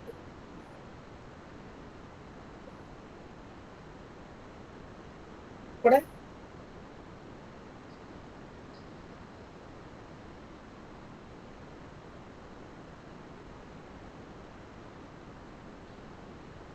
बताएं।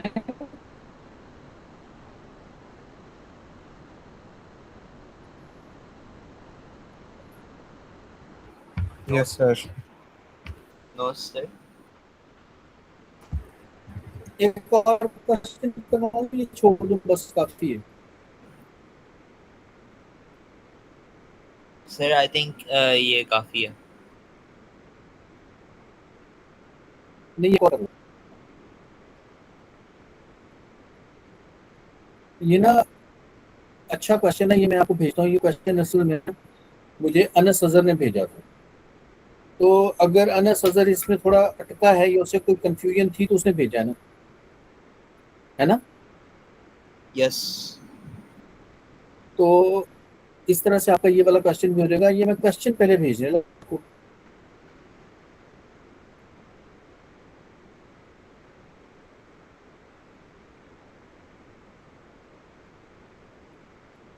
ठीक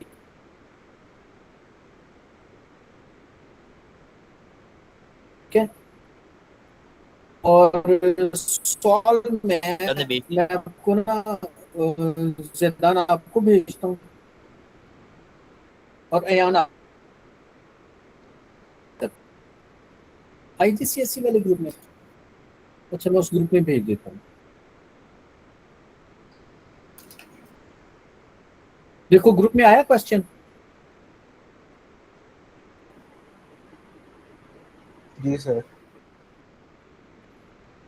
अच्छा अब मैं ऐसा करता हूँ कि मैं इसे समझाता, जो मेरे पास है ना बोर्ड, बोर्ड के ऊपर समझाऊंगा। ठीक है।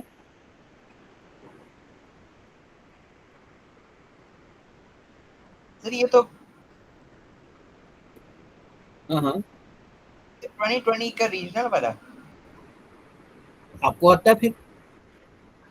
नहीं अगर आता है तो फाइन।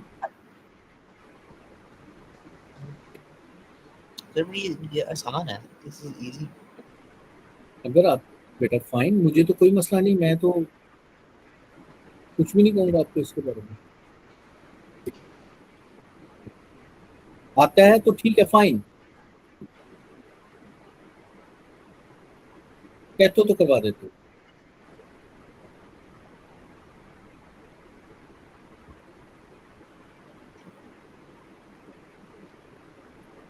बोलो।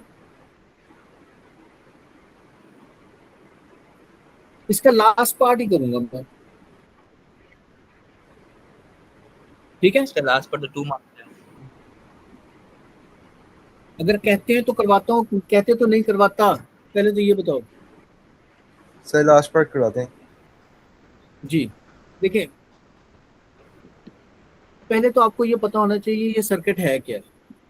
ये यूं एक सर्किट है जिसमें सर ये सीरीज का है। ये सीरीज सर्किट है, लेकिन इसमें ना थोड़ा सा जो लास्ट पार्ट है वो जाकर थोड़ा सा ट्रिकी हो जाता है, वो पैरेलल में बन जाएगा। ठीक है। सर एक लाइट ये रेजिस्टेंट डायोड और रेजिस्टर एक एक चीज है या डिस्टिंक्ट चीजें हैं? क्या, light dependent diode and light dependent resistor एक चीज है या डिफरेंट चीज है? एक ही चीज है। ठीक है। तो अच्छा जी। उसका उसका वो जो सिंबल है वो थोड़ा सा डिफरेंट नहीं होता इससे? एक वो होता है, लाइट क्या कहते हैं डिपेंडेंट उसको? रेजिस्टर का, एलडीआर का। यस। उसका ट्रायंगल बनता है बीच में, उसके थ्रू लाइन आती है। हाँ जी, वो लाइट डिपेंडेंट रेजिस्टर डिफरेंट चीज है। ठीक है। वो यूं होता है।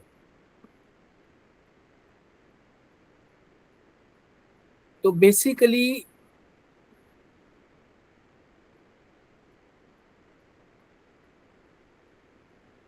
नहीं है वो डायोड, डायोड और चीज है, लाइट डिपेंडेंट रेजिस्टर और चीज है, ये दो डिफरेंट चीजें हैं। सर तो ये क्या है इसमें लगा हुआ? ये लाइट डिपेंडेंट रेजिस्टर है। दूसरा क्या था? वो डायोड होता है, एलडी। अच्छा। हाँ, लाइट इमिटिंग डायोड। ठीक है। मतलब अच्छा वो यार, लाइट को गिव करता है। हाँ, इसका पार्ट वन पढ़िए जरा। मुझे बताइए पार्ट वन में कोई इशू हो आपको। वो कहता No. वोल्ट मीटर ड्रॉप करें। Voltmeter like parallel to R डाल देना है हमने। ठीक हो गया, तो मैं लगाऊं इधर? सर हम वैसे दोनों साइड पे भी डाल सकते हैं ना, लाइक किसी भी साइड पे डाल सकते हैं। हाँ जी, ओके ये हो गया।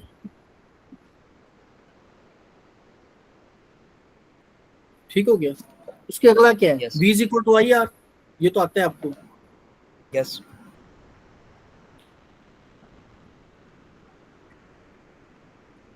ठीक है, नेक्स्ट कैलकुलेट क्या करना है? करंट। कैलकुलेट इसका करंट इन मिली एम्पेयर्स, मतलब मल्टीप्लाई बाय 1000 करना। I is equal to v over R. v कितना है? सर वी है 1.9। तो 1.9 डिवाइडेड बाय 800। क्या आंसर आएगा? इसका वैसे आंसर आएगा 2.37 multiply by 10 to the power of -3 before conversion, and after conversion इसका आएगा 2.375। आपको इसमें कोई इशू तो नहीं रहेगा? नहीं इसमें कर कोई लिया इशू ना नहीं है। आपने? अच्छा, यस अगला देखें। Explain why the register across the LDR register, explain why the voltage across the LDR resistor decreases if the brightness of the LDR in the room increases। हाँ जी, इसका क्या आंसर लिखेंगे? कि तो एलडीआर क्योंकि की हमारी नेचर रिवर्स ही flow ऐसी करते है हैं, कि लाइट इंटेंसिटी के इंक्रीज करने से रेजिस्टेंस डिक्रीज होती है। रेजिस्टेंस जो है वो इनवर्स रिलेशन में है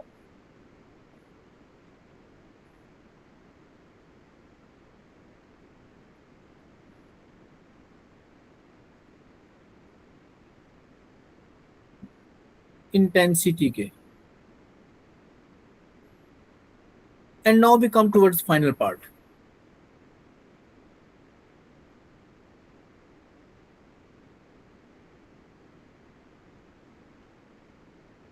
राइट, पार्ट ये कहता है another resistor is connected in parallel with resistor। यहाँ पर मिस्टेक करता है, उसे बात की समझ ही नहीं आती कि उसने रजिस्टर लगाना कहाँ पे है। ये है क्वेश्चन। राइट, समझ आई बात की? तो वैसे ये क्यों लगाएंगे? लिखा क्या हुआ है? किधर? another डी पार्ट, पढ़ो जरा डी पार्ट। अच्छा डी पर की बात करें।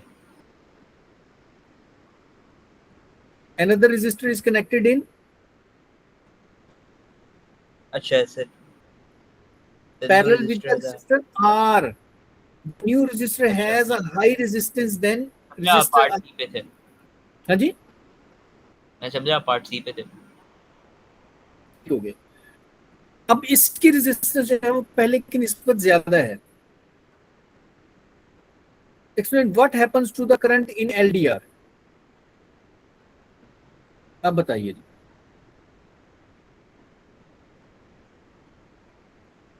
क्या फर्क पड़ेगा?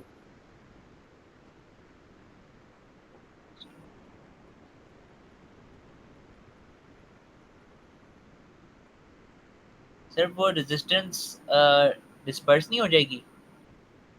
बताएं क्या होएगा?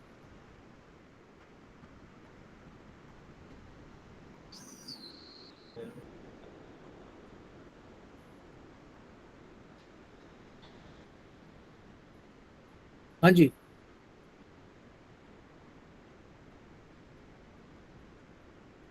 अब क्या होएगा? आई थिंक करंट उसमें इंक्रीज होगा ये। जब पैरेलल में रेजिस्टेंस लगाएंगे ना, उसकी रेजिस्टेंस डिक्रीज कर जाएगी, और जब डिक्रीज कर गई है तो करंट इंक्रीज कर जाएगा। एक एग्जांपल देखो, अभी करंट कितना पास कर रहा था? आपने करंट कितना कैलकुलेट किया? 2.4 मिली एम्पियर। 2.4, ठीक है, मिली अम्पेयर, राइट। मिसाल के तौर पर, और यहाँ पर जो लाइट इंटेंसिटी उसकी क्या थी वैल्यू, जो LDR है उसकी रेजिस्टेंस क्या है, गिवन है।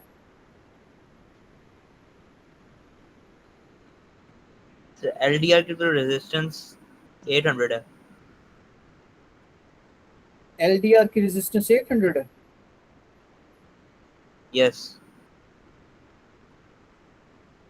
रेजिस्टेंस ऑफ, नहीं जी, 800 LDR की नहीं है, दूसरे की है। अच्छा। तो लेकिन ये है कि हम लोग ये कह सकते हैं कि अगर इधर से 2.4 एम्पेयर करंट पास कर रहा था, तो इधर से भी तो 2.4 मिली एम्पेयर ही करंट पास करेगा, किधर से? है ना, क्योंकि सीरीज में है। यस। ठीक है। अच्छा, तो मुझे ये बताइए कि वोल्टेज, क्या EMF गिवन है? सर वोल्टेज और आर गिवन है हमारे पास 1.9। वोल्टेज कितनी थी इसकी? सर रेजिस्टेंस रेजिस्टर आर की गिवन है वोल्टेज।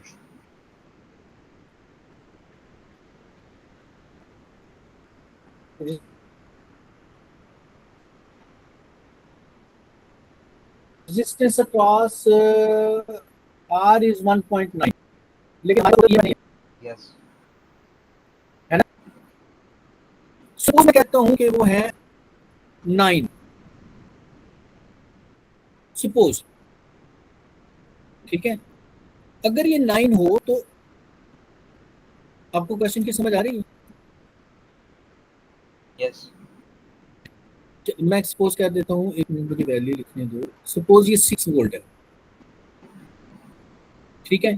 6 वोल्ट में से 1.9 ये हो गई, तो बाकी कितनी बची?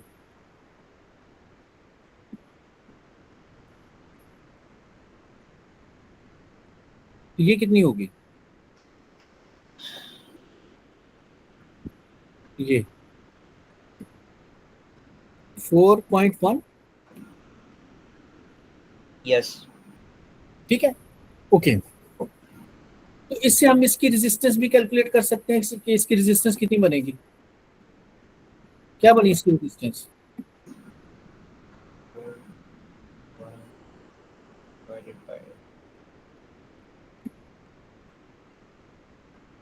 सर 1.08। ये 0.0024 से डिवाइड करना है। सर फिर ये 1708 बनेगी।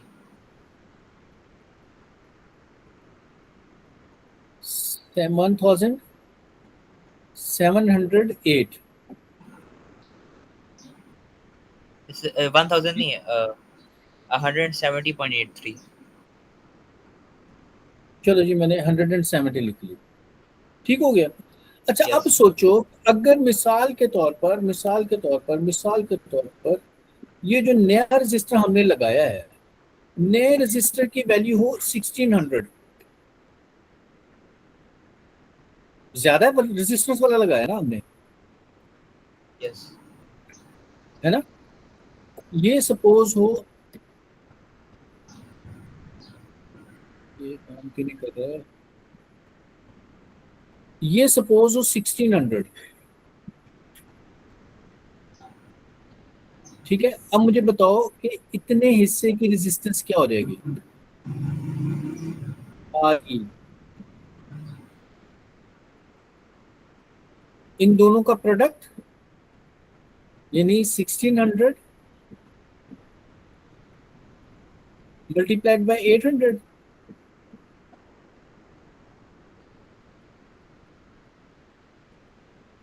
है ना, डिवाइडेड बाय इन दोनों का सम,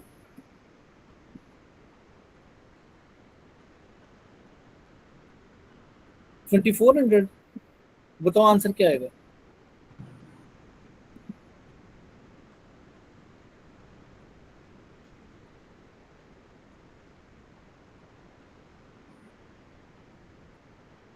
जिदान कर रहे हैं मल्टीप्लाई 533.33 533। 0.33 सोचो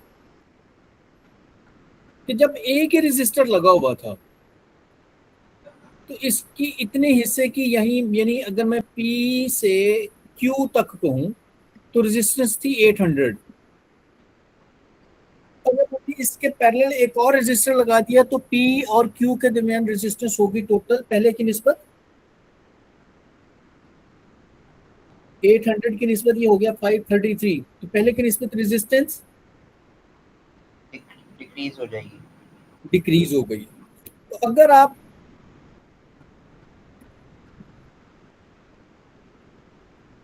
रेजिस्टर लगाने से पहले W और Q के दरमियान रेजिस्टेंस देखते हैं, ठीक है,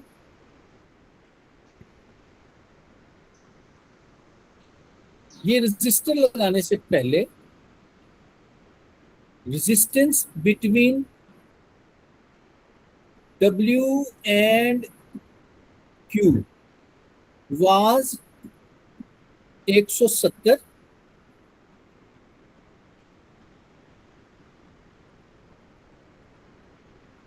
प्लस 800।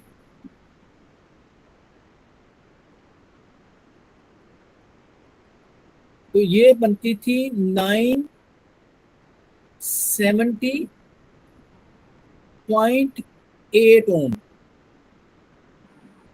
राइट। और अब जबकि हमने पैरेलल में रेजिस्टर लगाया है तो इसकी रेजिस्टेंस हो जाएगी 770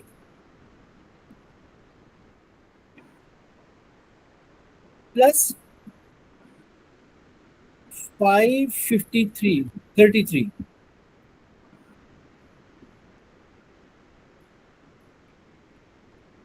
ठीक है। अब ये कितनी हो जाएगी,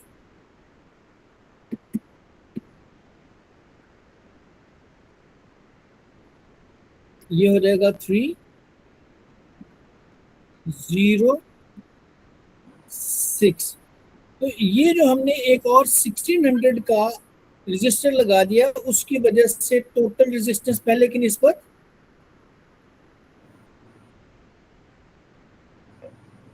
हाँ जी, पहले कम की है निस्बत रेजिस्टेंस, जब रेजिस्टेंस कम हो जाएगी तो करंट ज्यादा। जी। आप देखिए, आप कह रहे थे ना सीरीज और पैरेलल से क्या फर्क पड़ता है, ये फर्क पड़ता है। तो आपको देखना होता है, सोचना होता है कि ये कहाँ लगाया गया है। अब अगर यही वाला रेजिस्टर यहां लगा होता, मिसाल के तौर पर ये जो नया रेजिस्टर है ना वो यहां लगाया होता हमने 1600 का,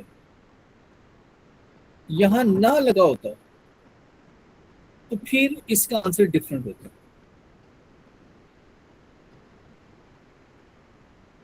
ठीक है, यस सर। फिर सेम अमाउंट ऑफ करंट ही पास करनी थी उसमें से, एलडीआर में से, राइट। और अगर रेजिस्टर जो है ये पैरेलल लगाने की बजाय सीरीज में लगा देते तो फिर क्या होना था, करंट पहले की निस्बत आई थिंक कम होगा। डिक्रीज कर जाएगा। शाबाश, क्लियर हो गया। आई होप सो कि यस। इसने आपका कंसेप्ट जो है वो और ज़्यादा बेहतर कर दिया होगा। और अगर आपको अगर किसी चीज़ की ज़रूरत है, किसी कंसेप्ट की, तो मुझे टेक्स्ट कर देना, पर्सनली टेक्स्ट कर देना मुझे जहाँ फुर्सत मिलेगी। क्योंकि जैसे मैं आप लोगों को देख रहा हूँ ना, मैं इसी तरह से कोशिश करूंगा कि मैं, और अगर मैंने देखें, अगर मैंने पूरी क्लास को साथ लिया होता तो क्या आपको इतना फ़ायदा होता? नहीं। Not at all. और फिर जिन लोगों को फ़ायदा नहीं होता वो लोग कमेंट करते हैं, वो डीमोटिवेशन फैलाते हैं। ओके। ठीक है, आपको जो इशू हो आप मेरे साथ डिस्कस कर सकते हैं। Any problem? No sir. Stabilise करना, बहुत बहुत ख्याल रखिएगा, जीते रहें। You may leave the class.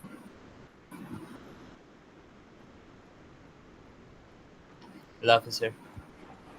अल्लाह अल्लाह हाफिज़। हाफिज़ सर। अल्लाह हाफिज़। अयान बेटा, अब आप क्वेश्चंस की प्रैक्टिस करना। अयान,